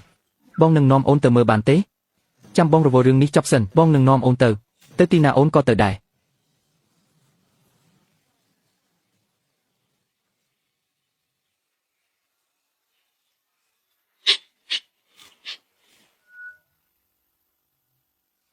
មេបញ្ជាការចៅនេះបំពាក់ដោយឧបករណ៍រុករកទំនើបបំផុតទៅមុខអាចពង្រីកការល្បាតបានទ្វេដងនេះជាឯកសារពិសេសពីថ្នាក់លើបានទុកស៊ើបការកងជីវពលសមុទ្រលីងចាន់ភារកិច្ចបងពេលនេះមិនមែនត្រឹមតែនេសាទត្រីទេជូស៊ឺពេលបងមិននៅភូមិមួយនេះបងផ្ញើទុកនឹងអញហើយមេបញ្ជាការខ្ញុំស្មានថាគ្រាន់តែរស់ឲ្យរួចខ្លួនមិននឹកស្មានថាស្ថានសុខដល់គ្រួសារឲ្យខ្ញុំមានសមុទ្រមួយនឹងមនុស្សដែលគួរឲ្យការពារទៅមុខត្រូវការពារសមុទ្រនេះឲ្យល្អការពារមនុស្សជាទីស្រឡាញ់នោះហើយគឺជាជីវិតដ៏ល្អបំផុត